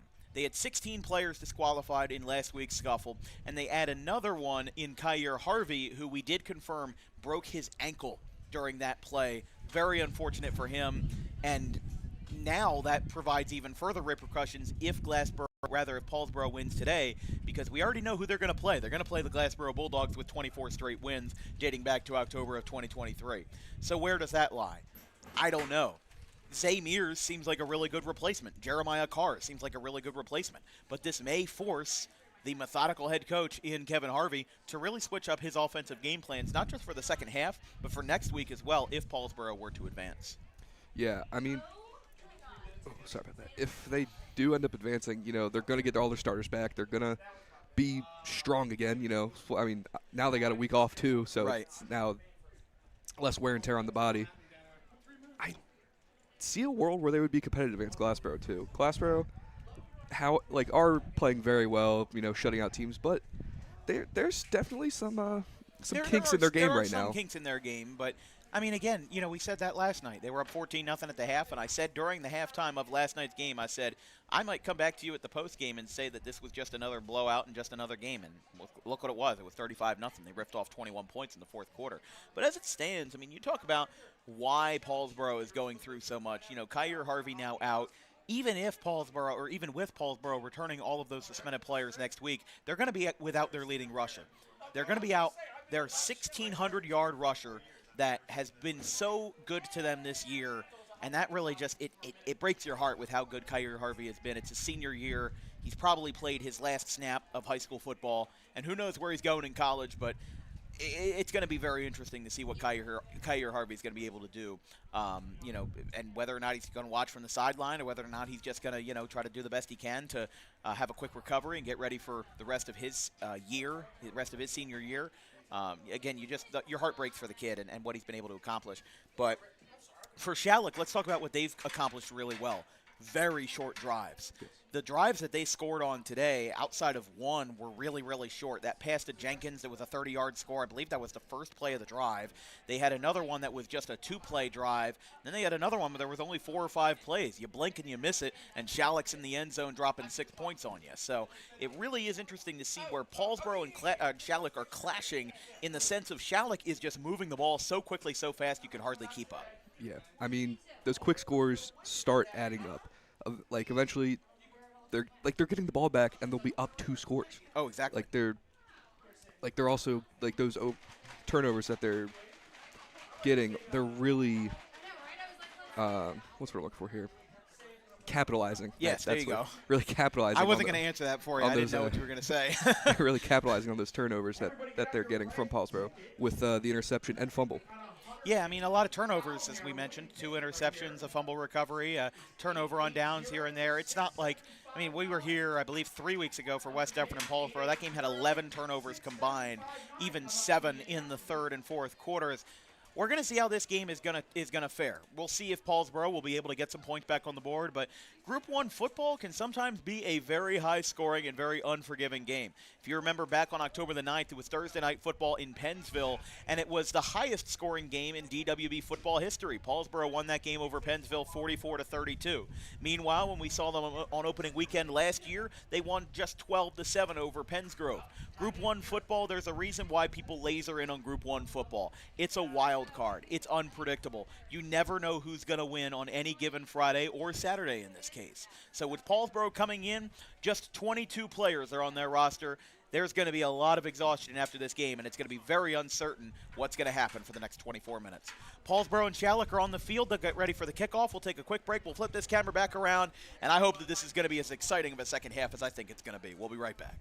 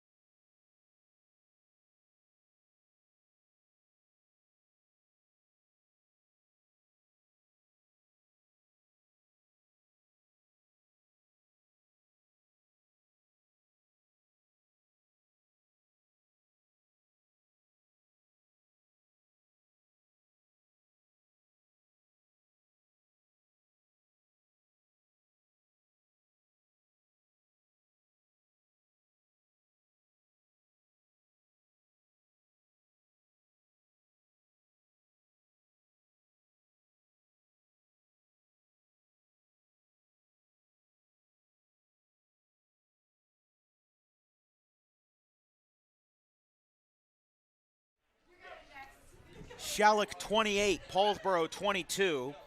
We've got second half action here from Glenn Howard Stadium. I'm Dan Wilkins. I'm joined by Ryan Sieber. It's fantastic to be with you all. Again, after everything that went wrong Saturday, I'm very happy that we've got a good game today between Paulsboro and Schalick. Second half of the South Jersey Group 1 semifinals. Winner goes to play the Glassboro Bulldogs next Friday, November the 14th.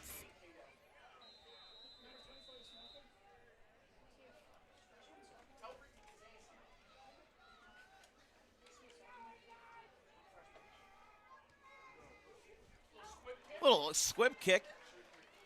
Paulsboro recovers at the 40-yard line. It was picked up by number 24.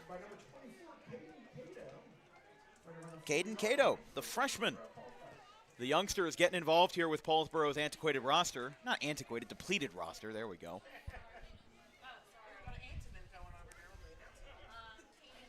I was going to say if a freshman records an onside kick, it's anything but antiquated. But as we begin the second half, Paulsboro will start their drive from their own 40. Again, we mentioned at the end of the second half how much it was important that Paulsboro would score, down by 2 scores, and with them receiving the ball to start the second half. Oh, he got tripped up. Wow. Didn't get anywhere on that one. The carry by Zay Mears didn't even look like he got hit by anybody. He just went straight down. The grass monster got him. We talk about the turf monster. This is the secondary version, the grass monster. Again, it did rain overnight, but there are still some dry spots on the field. You can see the brown patches of grass right around the 30 to the 40-yard line. Only rained for about 3 hours, it looked like, last night, from around, I think, 12 to about 3, 4 o'clock in the morning. 2nd and 13. Mears getting wrapped up again. And Schalick with another stop. 3rd down. Schalick looking completely different here in the second half, and I really love the energy that they're bringing to the table. Schalick forcing 2 rushes for loss. Just a really tough situation for Paulsboro. Again, when you don't have Kyer Harvey, the team almost looks entirely different. We talked about in the open, they would have their running back but not their quarterback. Now they have neither their running back or their quarterback. But somehow they're still staying in this game, down by 6 points in the beginning sections of the third quarter. They send Mears in motion for a 3rd time. This time Carr fakes. It's over the middle. One hand couldn't get it. Marcus Eli, the intended receiver. Tough coverage by Gary Simonini and Robert Daly. If you're just joining us, Schalick leads 28-22, a high-scoring first half. Paulsboro was up 14-7. Schalick scored 3 straight possessions after that to go up by 2 scores. And then Paulsboro in a 2-minute drill, a 71-yard rush by Jeremiah Carr. And then a goal line rush after that. Not a goal line rush, but I think it was a 6-yard rush to get into the end zone. Made it 28-20. 2-point conversion brought us to the halftime at 28-22. Carr to punt. Looks like Stewart to receive. Looks like it at least. Waiting for the snap. High snap. Bit of a slow one. And that punt is much better than the last time. This one is going to bounce. Takes a hop. In the unpredictable grass, Stewart falls on it with Paulsboro charging hard with Mears, and Stewart falls on it at the 36.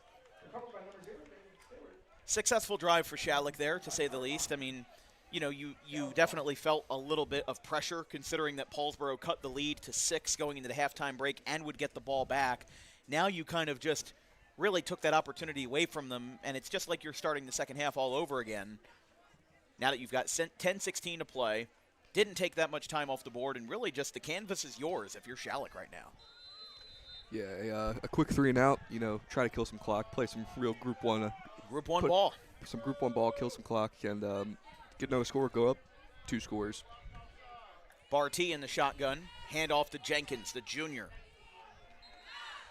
We mentioned it last week versus Pennsville, obviously because it's just so happened to me that we've covered Schalick 3 straight weeks now versus Woodbury, Pennsville, now Paulsboro.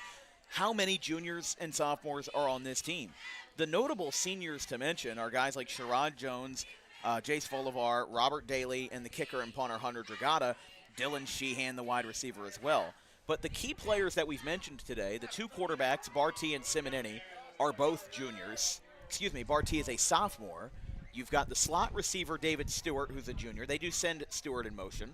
Jenkins is a junior. They pitch this one back to Stewart. He gets wrapped up, and he'll get taken down for 3rd and on the longer end of 10 yards.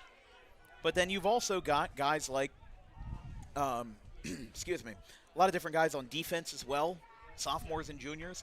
We saw it versus Salem and Glassboro last night. Salem didn't score, but I mentioned the fact that they had 10 freshmen on their varsity roster, and I mentioned at least 4 or 5 of their names throughout the course of the game in terms of catches or tackles or rushes, whatever it may be, including the leading rusher, Cashmere, for Salem.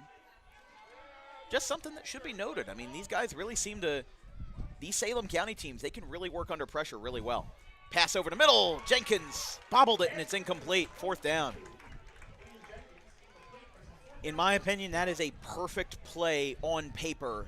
He just couldn't get it down. The throw didn't even look that bad, too. Barty just kind of stood up, stood tall, threw it over the middle. Jenkins was open, but the catch was, the pass just, his arms were a little bit too far outstretched, was unable to retain the possession, and we're going to have back-to-back punts. This will be number 21, Sean Kelly, to punt. Dragata is listed as a backup punter, but for this game and for the games we've seen prior for Schalick, Kelly has been the one responsible for punting duties. Carr to return. So how about Jeremiah Carr? He's the quarterback, the lead running back. We've got a flag here. Oh, and Kelly almost got hit, but he stays on his feet. Carr will take a knee around the 30-yard line. Let's see what this laundry's about. False start, it looks like, on Schalick. Illegal procedure. Because remember, if it was a false start, they would immediately stop the play and blow the whistle dead. But because it's an illegal procedure, they allowed the play to proceed.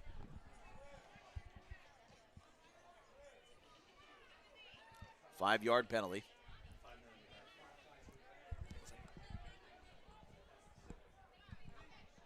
Bring it back to 4th and about 13. So that they'll still attempt the punt without a surprise there. Kelly still back.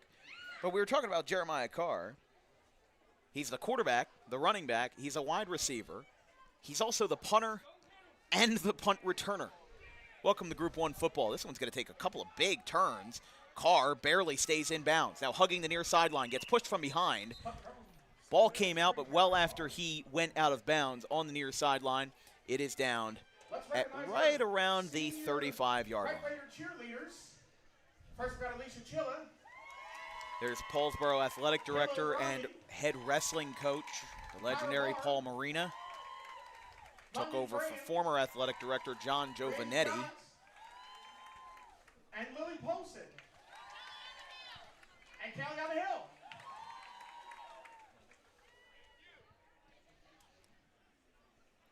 8:22 left in the third. Already a dragging start to the third quarter with both teams trading off 3-and-out possessions. Paulsboro looking to stand up to the Schalick defense and tie or take the lead back in this game. Carr fakes to Mears on a fake sweep. Gets a first down, gain of 14 at the 49-yard line. Carr, first down. Rush by number 3, Jeremiah Carr. Good enough for a Red Raiders. Just a great gain there by Jeremiah Carr. Faked it to Mears. Caught at least one or two Schalick defenders off guard, off kilter, if you will.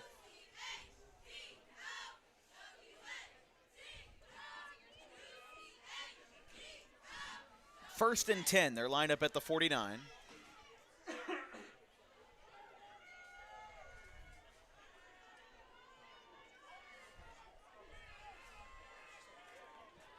First and 10. Paulsboro, first play of the drive after going 3-and-out, picks up 14. Mears, handoff. Right side, forward progress, going to bring him back. He gets lifted off his feet, and he stays up. It looks like number 9, Jasir Johnson, is in as the quarterback now. He did take a couple of snaps earlier. We were told before the game that Jasir would be the likely starter, but it was Jeremiah Carr who took a lot of direct snaps, and I think part of Paulsboro's plan definitely had a wrench thrown into it with Kyer Harvey's horrific injury. 2nd and 8. Fakes it. Pass to Eli. Caught. Out on the near sideline.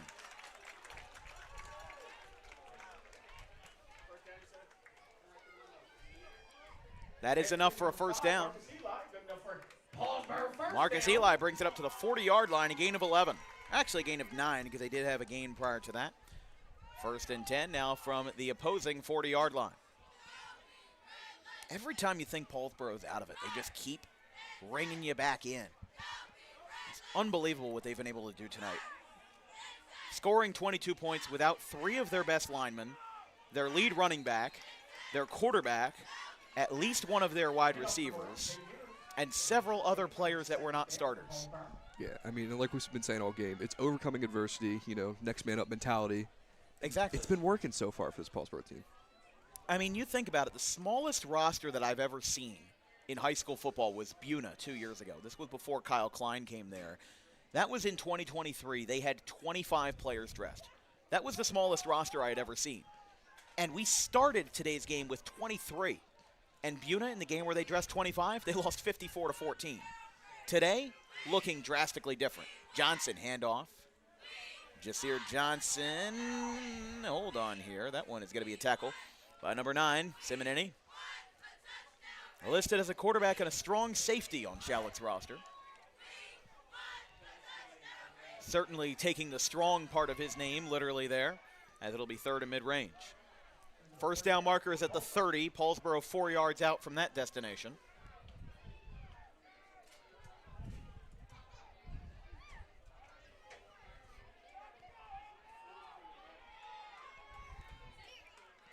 Third and 4.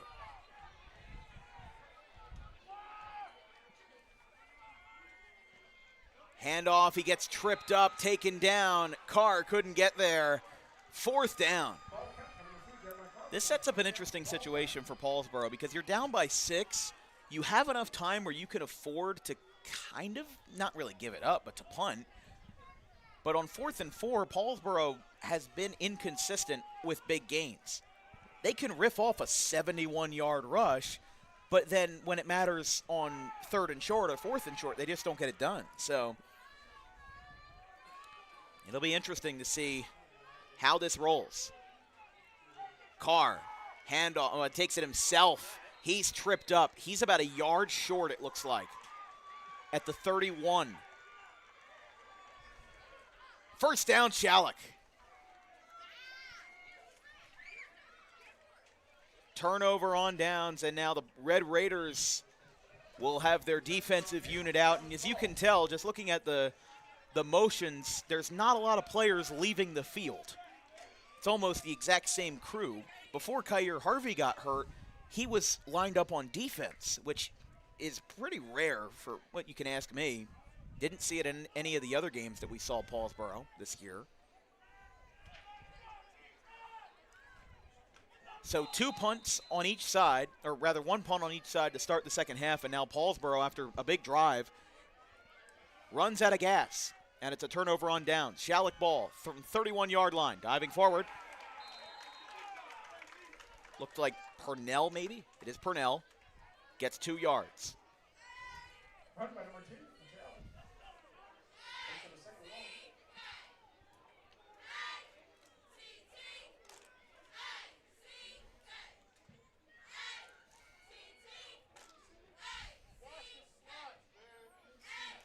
Lined up from the 34.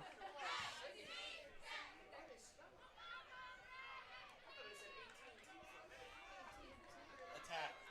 Took it long. Schalick lining up with 2 receivers to the left. Barty takes the snap. Play action. Left side. Closest man was Stewart, but no cigar on that one. Incomplete. It's 3rd and 7. With Barty's efficiency being a 27% pass completion rate going into this game, and with 10 interceptions, one of them tonight, I don't love the idea of passing here. You are up. You should be the one defending your lead, and I feel like the more that they throw the ball, the more likely it is that Paulsboro is going to give them another run for their money or pick them off again. That's just my opinion. I don't really think that Schalick should really be passing here. Yeah, you also don't want to give this Paulsboro team anything to build off. Don't give them any energy in this moment either. You know, they're already the underdog of today.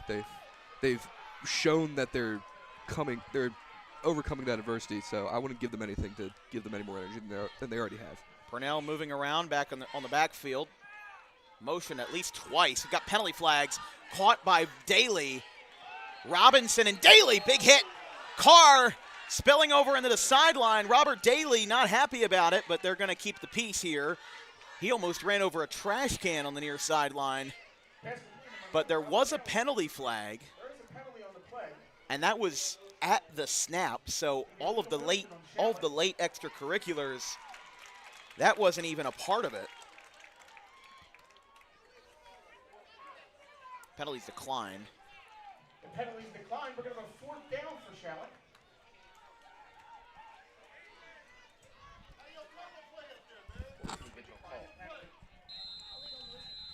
Illegal motion is the call against Schalick.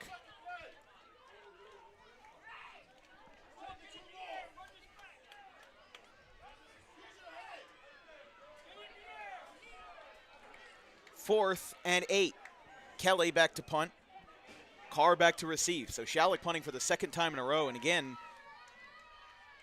comes another one. Good punt by Kelly. One's a little knuckleball. That one's going to, it misdirects Carr. That was a good one. That was a good punt that time. They trap him at the 25, even with Carr's return. But you have to wonder, how far could Schalick have gotten if they kept the ball on the ground? There were 2 passes that time. One was an incompletion that, if we're being honest, wasn't even that close to Stewart. And then there was another one that was called back for illegal motion, even after Daly made the catch. And even if Daly made the catch and there were no flags, still would have been well short of a first. So I feel like you need to commit to something. Either go big or go home, or keep it conservative. My idea is this is a team that a lot of people on Schalick thought they would be winning by a lot more. A team that's lost half of their roster. You don't have their running back. You don't have their quarterback. You don't have 3 of their best linemen. And I could say that all day. But right now, the facts of the matter is that it's 28-22 with 3 minutes remaining in the 3rd quarter. Jasir Johnson in the shotgun. They hand it off. Couldn't tell the number on that one. Gets it back to the line of scrimmage. Number 20-something. Harris was on the carry, 2nd down.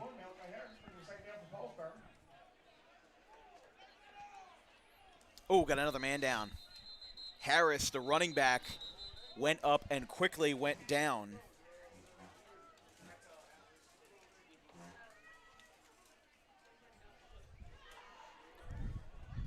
So it's 8-10 to him. We'll take a quick break. It is 28-22. Schalick in front. No scoring changes since the half.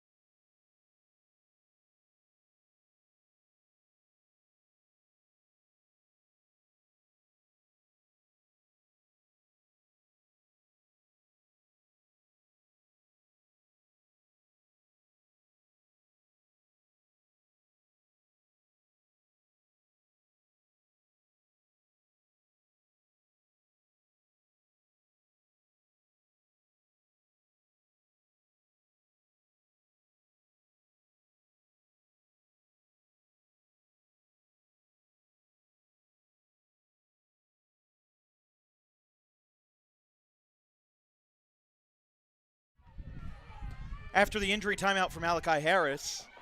Spinning around right side on 2nd and 9. This game just feels like it's completely stalling out. I mean, there was all the energy, all of everything going on in the first half, and now we're almost a full quarter through without any movement of the needle. We've got 2 minutes left in the third.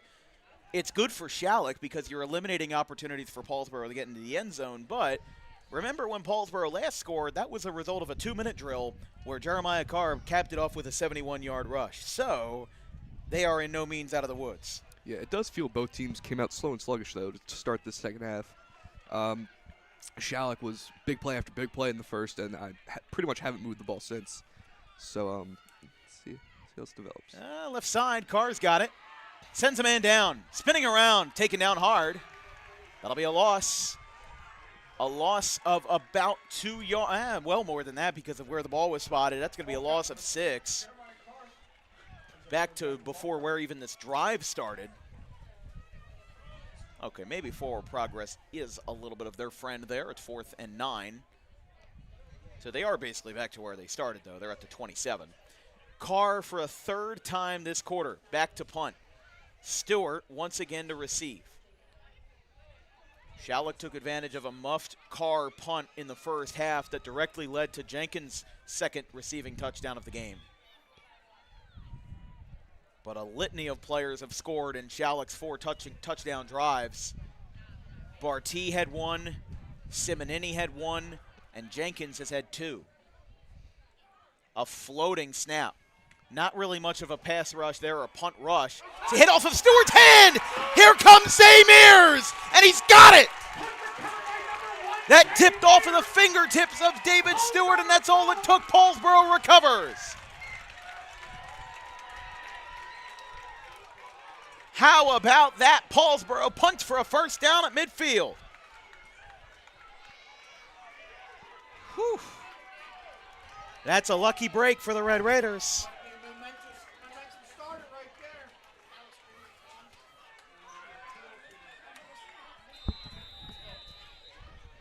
Not the first time we've seen it, but maybe the first time we've seen it in such a monumental moment with Paulsboro down just 6 points from the 49-yard line. What a recovery by the Red Raiders as that tipped off of David Stewart. And of course, in Group 1 fashion, Stewart gets no levy, gets no rest.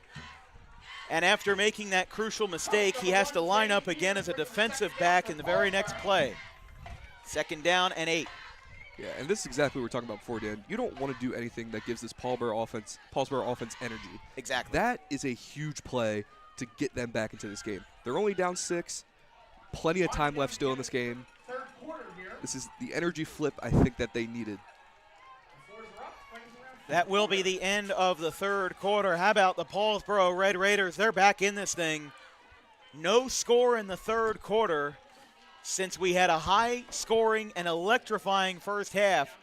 We now go into the 4th. 36 minutes down, 12 to go.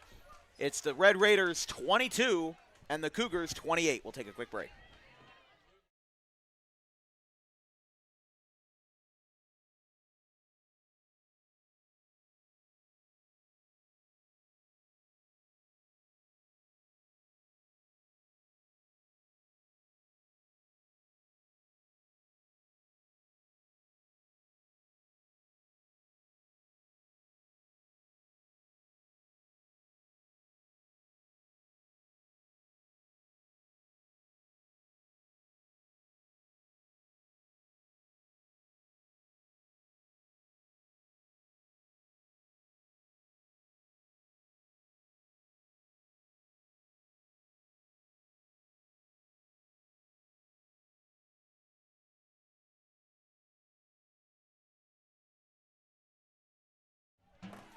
Three quarters down, 1 to go here on Dan Wilkins Broadcasting. Neither team has to move all that far. It's 2nd and 8. Carr lining up as a wide receiver with Johnson. Carr will make the catch. Jenkins goes for the tackle. Sends him down. Lays off the hands as Carr goes out of bounds. Both of these teams probably playing extra conservatively with the context given.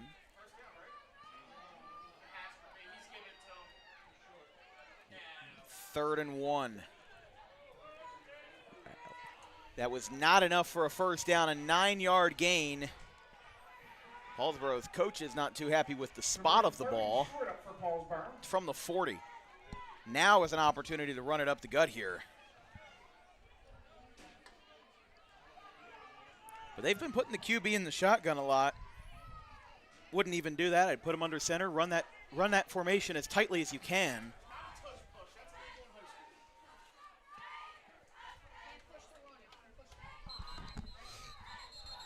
Time called.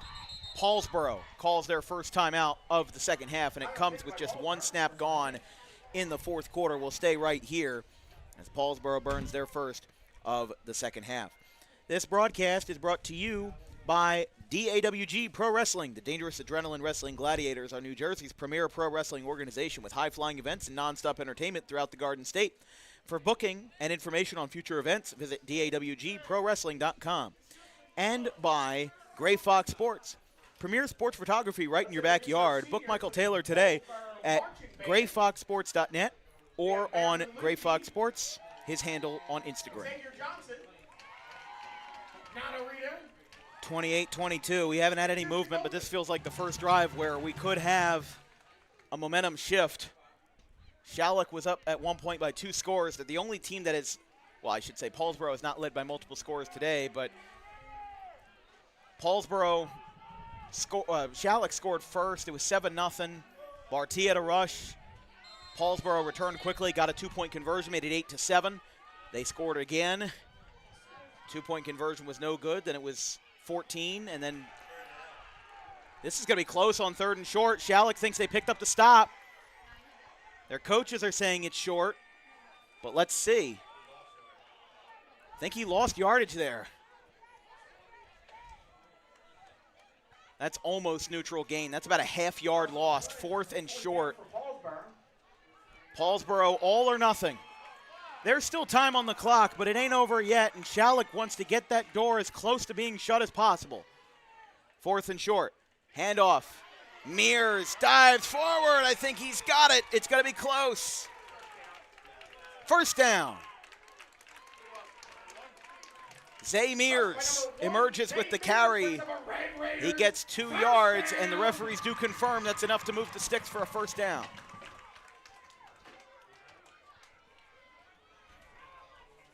Great move by Zay Mears there, and great ambitiousness by Paulsboro on 4th and 1. They really didn't have much of a choice, but they made the right choice. Ran it with a tight formation, really just wore Schalick out as much as they could. Now passing the right side, caught by Carr. He's got some space. Right side. Breaks free. Touchdown, Paulsboro. Unbelievable, we're tied. 28-28. Hold on here. I don't see any penalty markers down, but we do have a flag down. Jeremiah Carr hugged the sideline for 39 yards on a simple curl. But where's this going to go? Referees are discussing. This gets called back. That's touchdown is good. It's an unsportsmanlike conduct against Paulsboro. So that should be applied. So Schalick is trying to make a decision as to whether or not this will be on the kickoff. Touchdown's good. Touchdown is good. The game is tied. They're going to walk this one back, so they will not apply it on the kickoff, and instead they will apply it. I didn't see any excessive celebration, so it might have been something said or might have been something. Well, I mean, Schalick, they're certainly no strangers to it. Dylan Sheehan backflipped in the end zone versus Woodbury a few weeks back. Penalty was because he ran to the cheerleaders. I mean, come on. How far are we going to go with this unsportsmanlike or excessive celebration? These are kids. If you're going to punish them for fighting, at least let them have a little bit of fun. Let them celebrate when times are good. This is going to be a long 2-point conversion. Johnson, though, It's broken up. Sheehan couldn't get it. The intended receiver was Eli. But we are tied. Schalick 28, Paulsboro 28. But the two-point conversion is broken up to keep this game tied. We'll take a quick break. It's 28 all right after this. I so badly.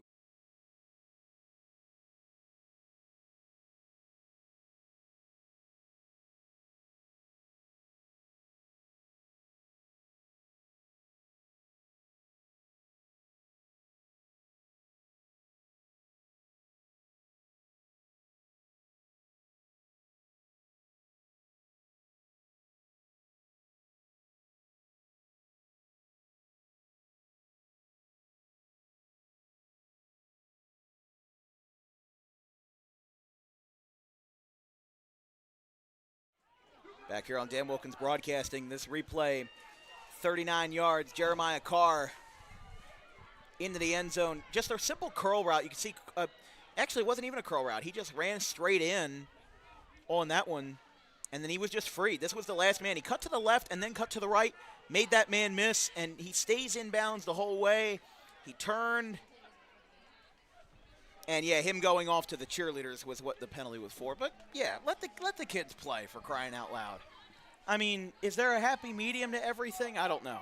But I understand that's not the referee's fault because they're just interpreting the rules as they've been written. Not their judgment to say whether or not it's, how it should be. David Stewart gets hit hard. Oh, a little bit of extra after that one.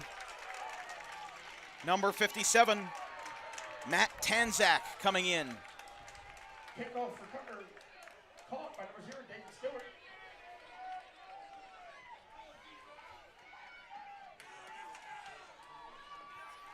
But Paulsboro ties the game on a 39-yard pass to Jeremiah Carr.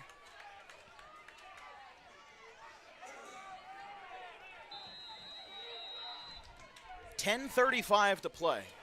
You have to imagine Schalick wants to slow this down. Move the clock, move the ball very quickly.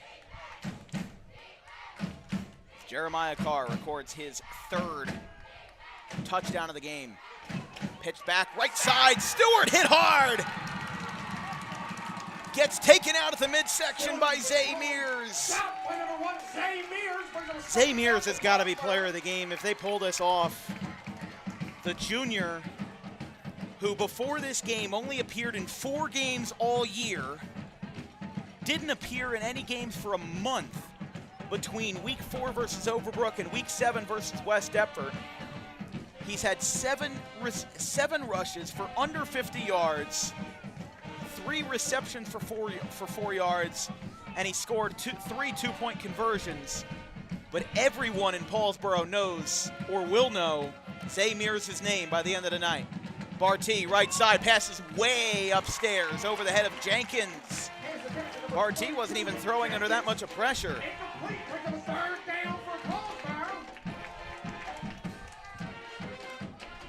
Third and 15. This crowd is loving it. I would too if I was a fan of this team. I mean, listen, everybody knows the situation. There were probably a lot of people in this grandstand who were here last week when the game was called early with 5 minutes left. And you know what happened there?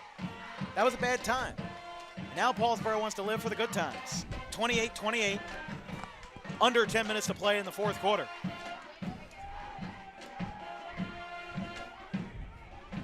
Barty with a stutter step, he breaks through! Not enough for a first down though, he picked up about 10 yards, made up the difference. It'll now be 4th and short. If you're Schalick, what do you do here? Honestly, punt. Okay. There's still a lot of time left on the clock. Yeah, the there's enough game's time. tied. They have stopped Paulsboro a lot today. It's like they're not necessarily in a must-score situation. So I think punt it away, get a stop on defense, then come back out with a fresh drive. I mean, right now where you are in the field position, you're at the 43. You're 3 yards away. You could get it, but the risk feels a little bit higher than the reward right now. For a bid in Glassboro, Schalick would have to travel about 25 to 30 minutes to get to Glassboro. Paulsboro right around 20 minutes down 55. Whistles. Hold on here. Is this a timeout or a false start? Timeout taken by Wow, Schalick. Schalick called a timeout. I heard the whistles and I thought Schalick maybe jumped the gun. I didn't see any movement, but you can never tell for sure. Schalick burns their second timeout of the half, rather their first timeout of the half. Both teams have 2 remaining. 8:45 to play. We'll be right back.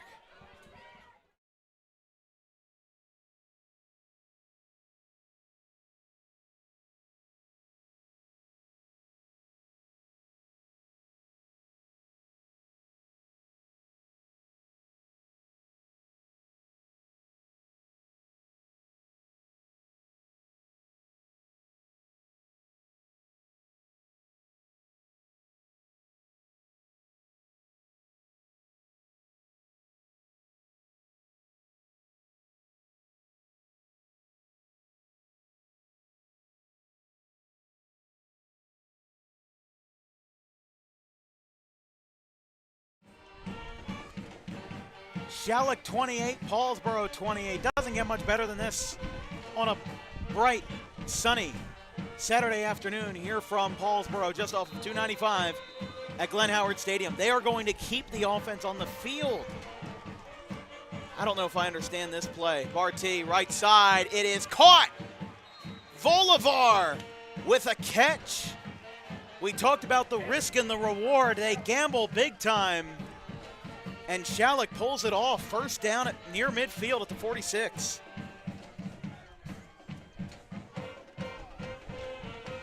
We were talking about during the break, and we said even on the air we didn't understand it.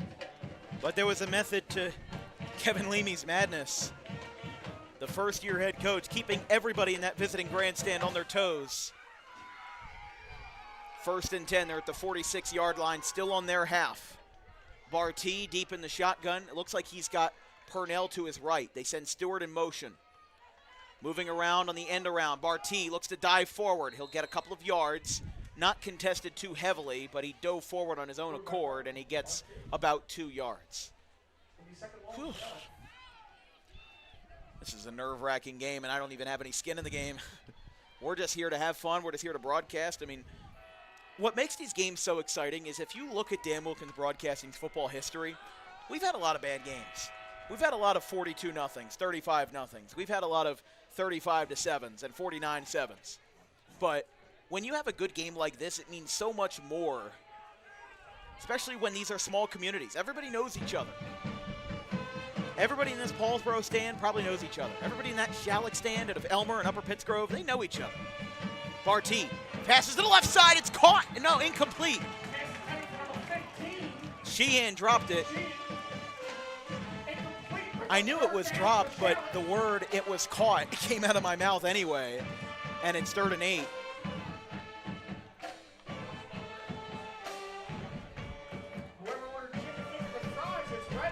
I just can't believe how close this game is. I mean, I believed it, but this game with Paulsboro suspensions was such a wild card. There was nothing that you could have possibly predicted this with. 28-28, Schalick on 3rd down. Stewart in motion in front of the QB. Barty drops back, has time, composed, over the middle. Sheehan too far! Incomplete to Dylan Sheehan. Back-to-back incompletions. This time it was not a drop. Sheehan just couldn't get it. It was too far out. And it's 4th and 8. Well, if you didn't punt on the last set of downs, I feel like you kind of have to now, and they are bringing out Sean Kelly. They are a little further away this time, Dan. Yeah, they are a little bit further away, but I honestly see it as a positive for Schalick because you got an extra set of downs, and how much time was on the clock when they called that, or when they originally decided to go for it? I think they wasted about 2 minutes, all told. Kelly to punt, Carter return. The cheerleaders nice and loud for Paulsboro with the marching band to their side. Carr lets it go past him, picks it up at the 15, he bobbles it, and his knee is down. He basically had to brace for impact that time because he saw a wall of Cougars coming and he gave himself up. That's a break for Schalick there. from about the 10-yard line.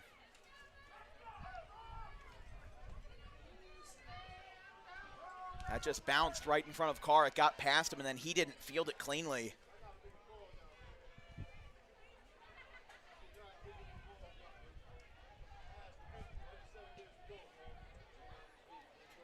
First and 10. They're at around the 10-yard line.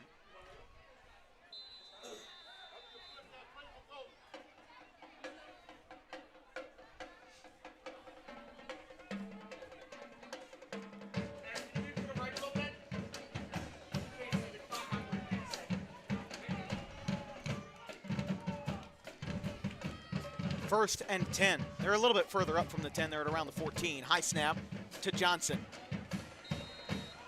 Ball came out, but the whistles negated it for Aiden Jenkins. Second down.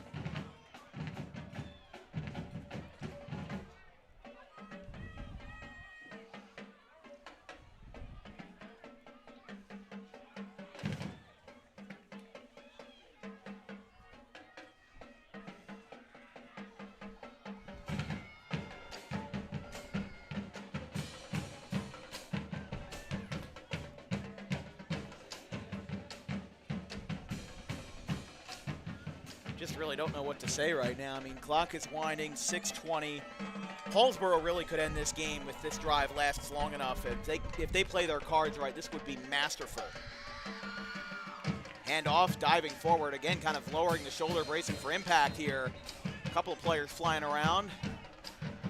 And when the dust settles, looks like it'll be a gain of about 2 yards.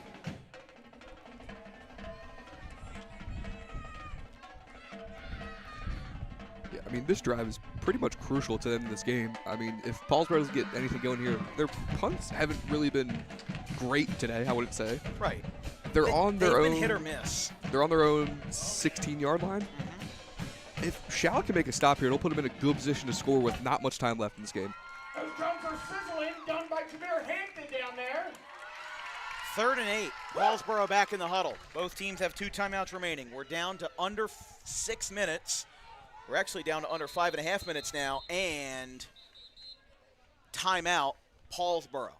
They use their second, and honestly, that could really go against them if Schalick comes back and scores, because if Paulsboro, you think about what happens in all levels of football. You got to stop them, and you need all 3 timeouts. You only have 1 now, and to be fair to the other side of the coin, Schalick has 2, but I'll tell you this, though. Even if Schalick's season ends tonight, very impressive stuff from Kevin Leamy. He's a head coach coming in here for the first time, taking over from the legacy that Mike Wilson had, and Schalick coming against all odds to get to possibly their 3rd straight sectional final for South Jersey Group 1. I mentioned it with Salem last night. Adversity matters, and recovery matters as well. As a broadcaster, it's our job to tell the stories, but it's also our job to tell the stories that may not otherwise be highlighted. We talked about Salem last night, how they went from 0-9 in Kemp Carr's first season to 6-5 with a playoff berth and a playoff win on the road. It's not easy to do that in a 2-year divisional cycle. Johnson throws, it's tipped! So close! And a flag! Where did that come from? It came from the backside. It's like we're going to have pass interference here. That ball tipped up. Looks like off of Simonini's hands. Wait, no, it can't be if it was tipped. Let's see what the flag's about.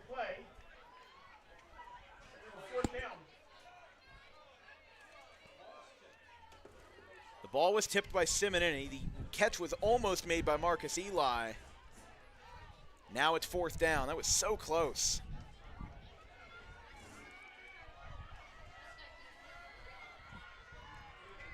Carr is going to punt. He's in his own end zone. But I guess we shouldn't be too surprised given Paulsboro's paltry field position here from inside their own 15. Sheehan to return. Stewart has been the one to return pretty much all day, but now they opt for a different returner. Movement on the Schalick line. We'll see where this gets called. It is a false start. That'll knock him back even further. My apologies. It is sometimes difficult to decipher false starts because from where we are in the booth, we're angled. I mean, What you see on the camera is more or less what I see in person. And when we're lined up that way, you can't tell, your view of the offensive line is really obstructed. So unless they're lined up at like right around midfield or they're lined up with our camera, you don't really get to tell too much who jumps first. So my apologies. Carr back to punt. Once again, we mentioned Sheehan to receive. Oh, it's popped up! Don't touch it, Dylan. Dylan Sheehan comes down with it, and a flag! A flag came in late. There was contact between Marcus Eli and Sheehan. What, did he fair catch it? Would this be fair catch interference? That looks like it. Because it looked like Sheehan made a move. It's fair catch interference.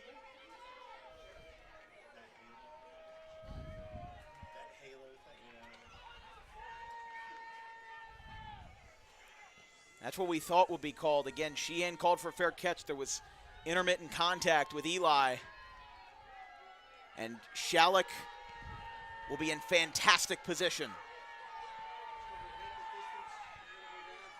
I mean, they're booing, but it's the right call. He made contact with him. Can't touch anybody during a fair catch. Schalick getting the gift of a field position from the 15-yard line after a punt by Carr went straight up in the air. Here comes Barty. Rushing. Everybody moving with him. Still on his feet. He was still moving forward. And I'm not even sure how close he got, but he is darn close. Second down for Schalick. Under 5 minutes to play. 4:49 here.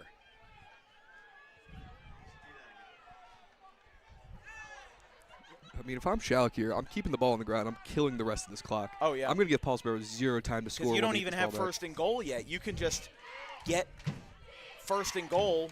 You're inside the 5, but you don't have first and goal yet.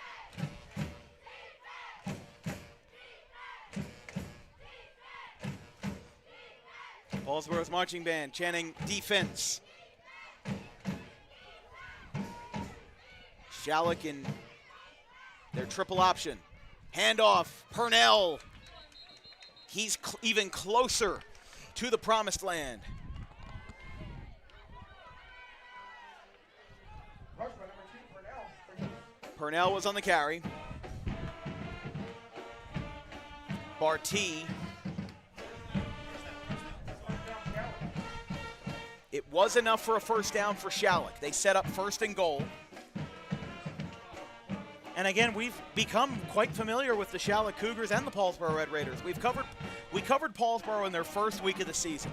It was a 36-7 win over Pennsgrove. It was a lot closer last year, but Pennsgrove under Mark Macarone went winless this year, 0-9. And Paulsboro, we see them in their first game of the year. We could potentially be seeing them in their last. Whistles. Delay of game on Schalick, excuse me. So here we go again. Honestly, I'm not even that mad about it because if you're Schalick, that gives you an opportunity to give more yards and chew off more time. You're not that backed up against the end zone. You've got 3:20 and counting. Yeah, I mean, and just even rush, yeah. all the way home. Even if they don't manage to get into the end zone on this drive, kick the field goal. They have the They leg. have Hunter Dragata, yes. They have the leg, and then that gives Paulsboro little to no time, and they will have to score. 2 weeks ago, referees.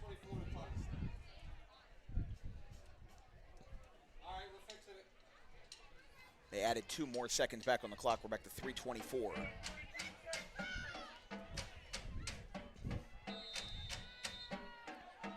$28 all. First and goal, and after a delay of game, first and goal from the 9. Barty, good snap, takes it himself on a direct. Moving forward. He is not in the end zone, but they're closer. Take as much time as you need. Second down, Schalick. Second down and goal.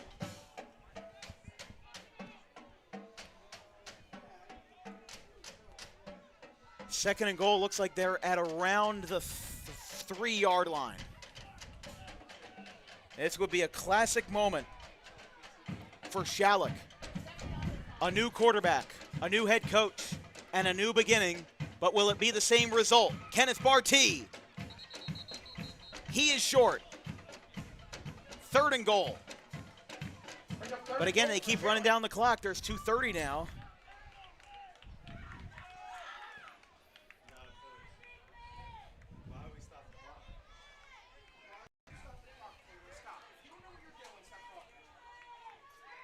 Love and passion.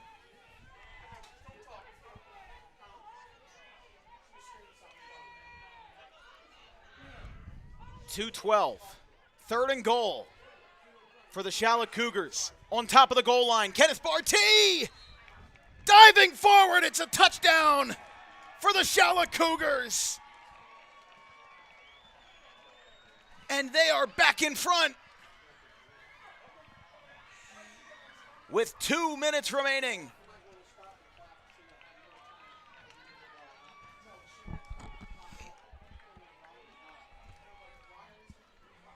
And the Schalick Cougars lead at 34-28. And you could hear a pin drop tonight in Glenn Howard Stadium. Dragata to kick, Bolivar to hold. He's 4 for 4. This one's up, away, and the senior drills it. 35-28. How about that, Schalick? Goal line rush by Kenneth Bartee, and they lead this one. It's a classic 2-minute drill. 2 minutes, 4 seconds on the clock. We'll get that replay up of the goal line rush, but Ryan, just what a fantastic drive, culminating in exactly what Schalick wanted. Yeah, that was 7 points. That was a classic Group 1 drive. Kill the clock, score right at the very end, and now Paulsboro has to score. Oh, yeah. I would say it's even more important to get a good kickoff return here so that you're not working from the 25 or the 30. Get it up to the 40, 45 if you can. Oh, field position is going to be a key factor on this kickoff. Paulsboro is no stranger to the 2-minute drill. They scored at the tail end of the first half. Jeremiah Carr had a 71-yard rush. Wasn't in the end zone, but it was enough to set the stage. And Paulsboro scored with 30 seconds left in the first half. And now we return to the same position. But instead of Paulsboro being down 2 scores, they now trail by 7. And with Dragata making the PAT, Paulsboro's not perfect on 2-point conversions.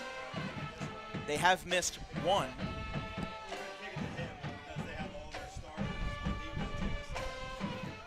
Dragata will kick. Mears and Carr are back to return. 2 minutes, 4 seconds. Grab your popcorn. It all comes down to this. Dragata acknowledges the left side of his line. He acknowledges his right. And Dragata from the left foot boots it. It goes to Mears. Perfect dime there. Return to the 15. Breaks through. Diving forward. He got at least part of that field position that he wanted. He gets it up to the 35. And now with 1:58 seconds left, 118 ticks of the clock until 0-0. This could come down to a classic finish at Glenn Howard Stadium. How many timeouts you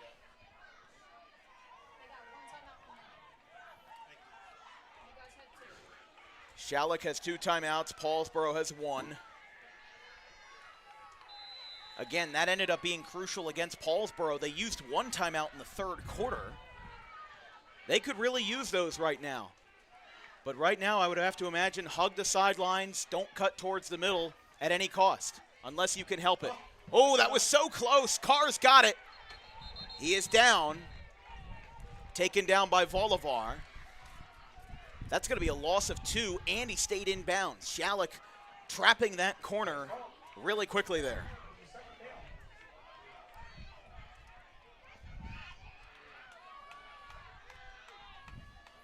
(35-28), 1:30. Johnson, right side, hands to the face, flag. Johnson got hit as he was going out of bounds. In the middle of it was Simonini. Gonna have a horse collar call here, it looks like. Referees are discussing on the near sideline in front of Paulsboro.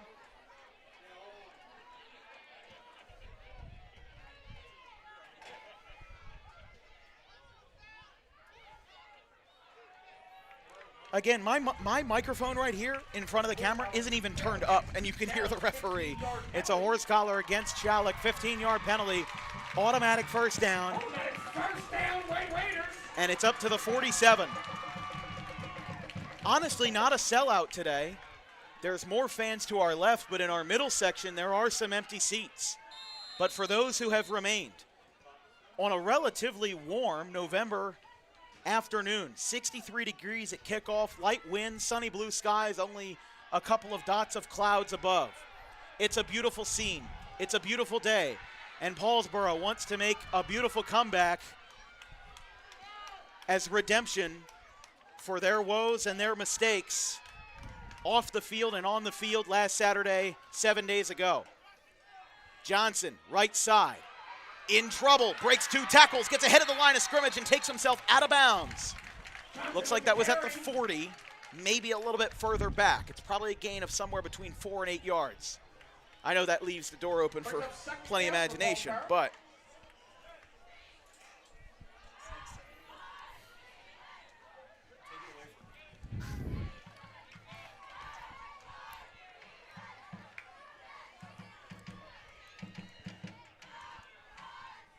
35-28. If you're just joining us, as nearly 600 of you are here on Dan Wilkins Broadcasting, it's the most concurrent viewers ever for a Group 1 broadcast. We appreciate you all coming out tonight in for what is a special treat of a Saturday ball game. Jameer Johnson breaks a couple tackles, still on his feet, throws out of the sack. It's caught, brought down by Jamal Robinson. He's up to the 35, first down, a minute 12 to play. Us broadcasters, our hearts are beating out of our chests. For the 22 players on the Paulsboro sideline, I can imagine the same is true. They spike it. Stops the clock with 1 minute and 1 second.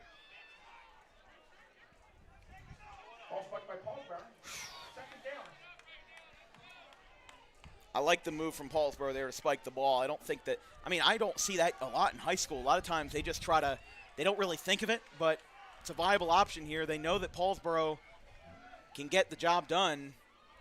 They just have to figure out what they got to do to get there.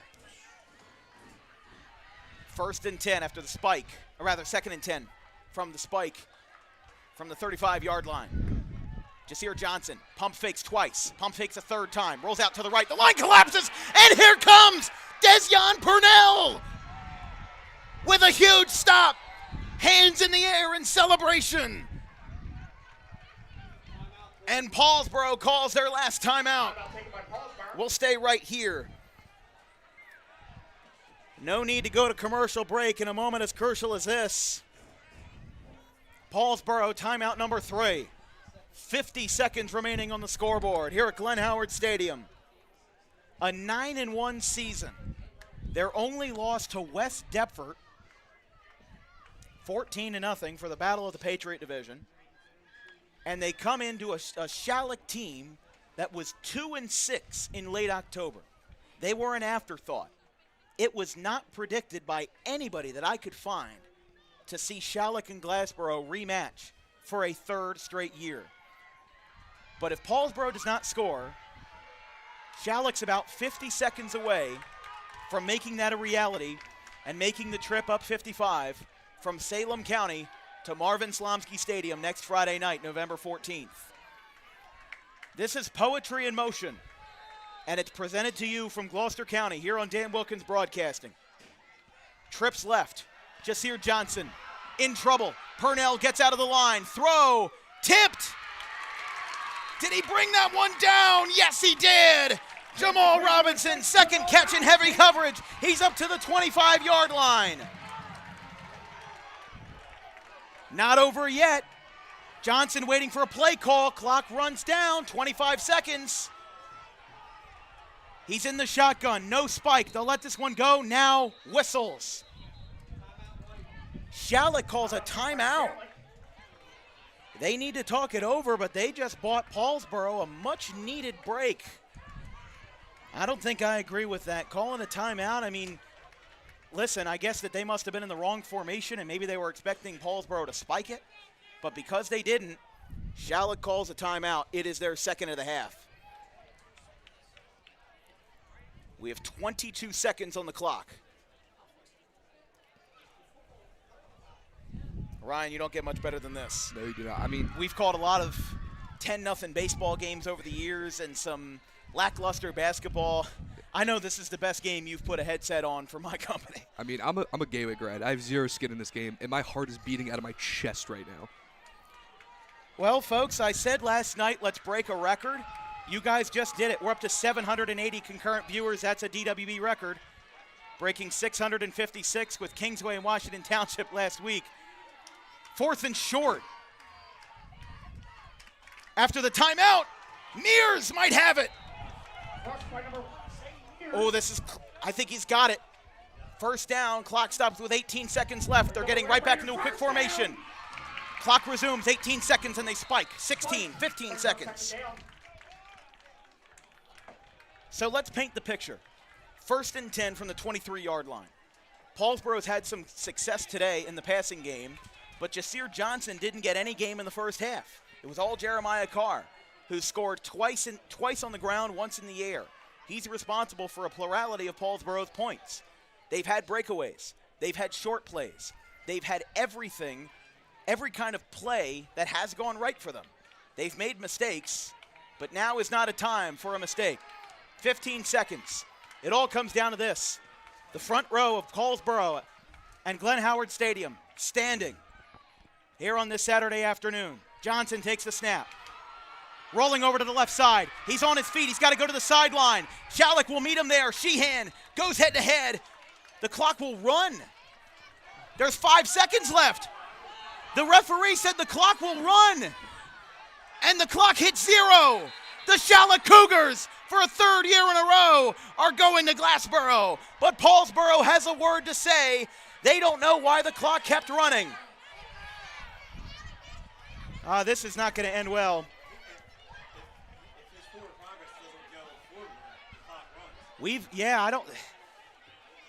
Wow. Paulsboro took themselves and Kevin Harvey trying to plead his case, but the Schalick Cougars are going to Glassboro next Friday night. They win against the Red Raiders, the depleted Red Raiders, 35-28. And Paulsboro not happy at all. Kevin Harvey rips the headset off his head. It was clear as day. It was clear as day. The referee signaled on the far side to keep the clock running. Athletic Director Paul Marino on the outskirts of it. Every Paulsboro coach is trying to plead with the referees, and they don't want them to leave the field because as soon as they leave the field, there's no going back. The game's over. Paulsboro, most of their players now meeting at the 50, but Kevin Harvey and the assistant coaches giving all the referees an earful. The referees having to now be separated, the coaches separating themselves from the referees, and a controversial ending to this game ends with Schalick winning, and for the 3rd straight year, they will meet the Glassboro Bulldogs, boos raining down.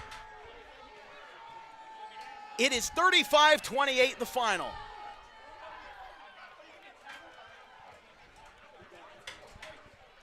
And after how last week ended, another controversial ending to a ball game for Paulsboro, and this time it ends in defeat with the Schalick Cougars with a new head coach, Kevin Leamy.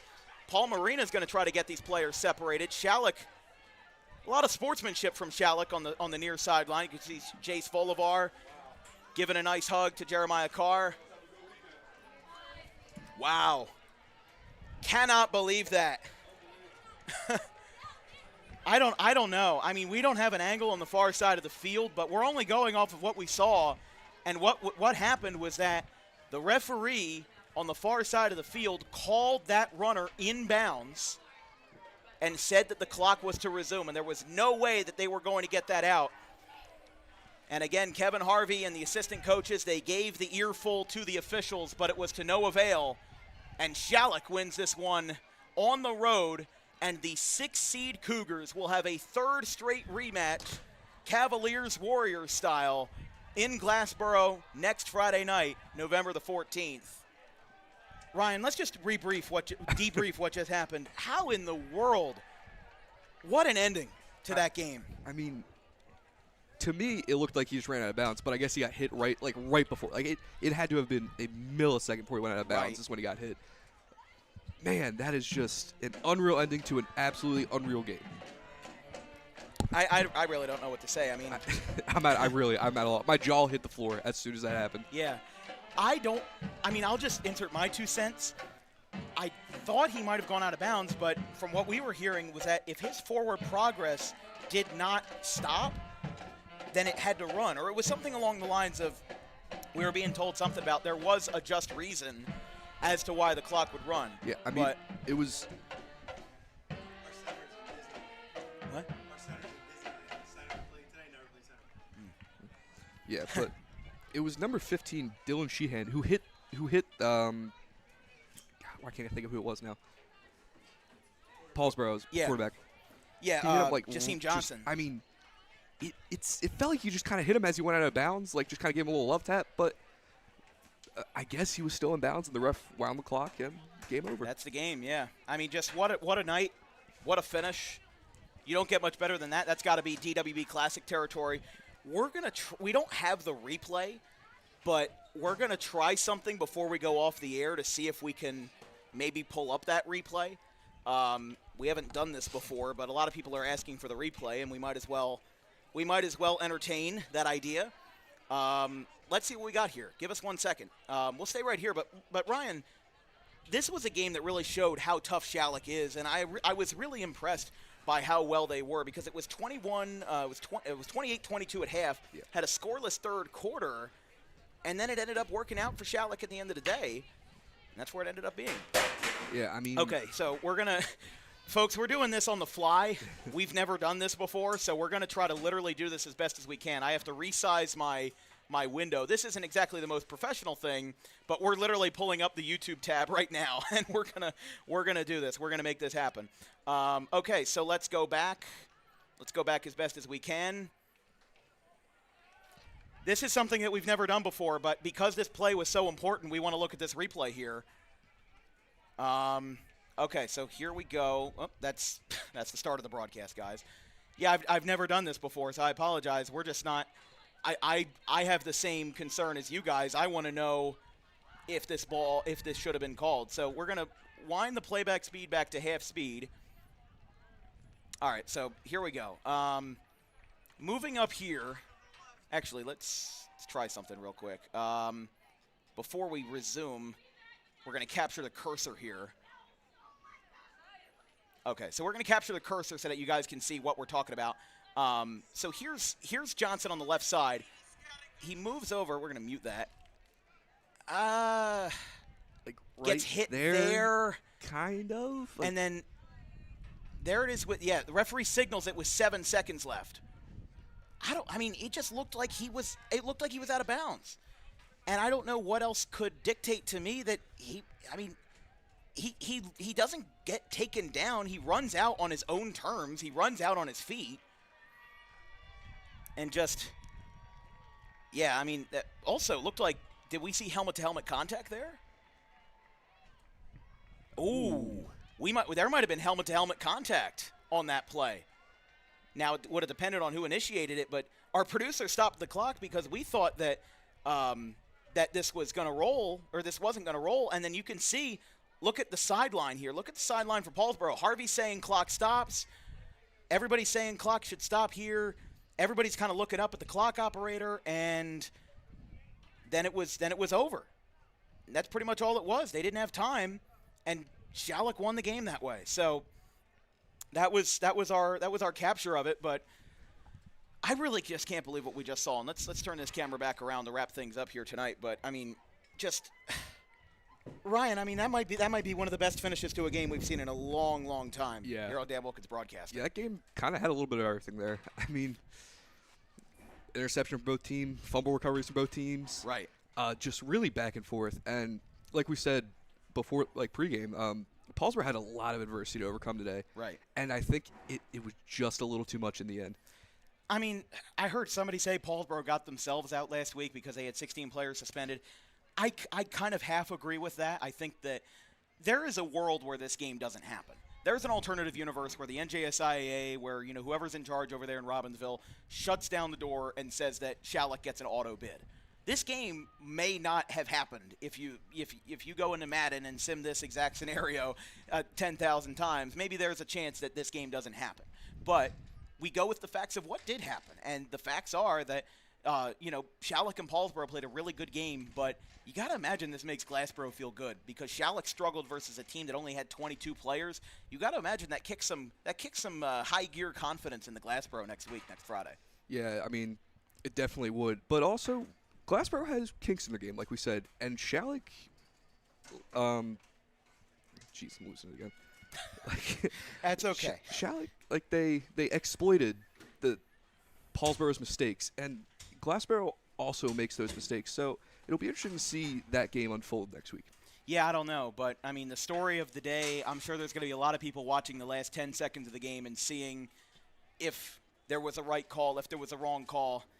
I'm not going to insert myself too much on it, but Paulsboro will not advance, and Schalick will move on to the South Jersey Group 1 final for the third year in a row versus the Glassboro Bulldogs. Thank you to everybody for tuning in tonight. This has been a fantastic game. We'll see you all tomorrow. Our next broadcast will be the South Jersey NABA Men's League Championship between the Sicklerville Phillies and the South Jersey Lightning. From our entire crew, our social media coordinator, Haley Mejia, our graphics crew, Gavin Van Rel, Caleb Lane, and Carson Rosso, my producer, Caden Sacamano, my color commentator, Ryan Sieber of Rowan University. I'm Dan Wilkins. We'll see you tomorrow morning. What a game. I got to drink some herbal tea. I got to rest up my voice because we've had a fantastic weekend. Schalick 35, Paulsboro 28. Have a good one, folks.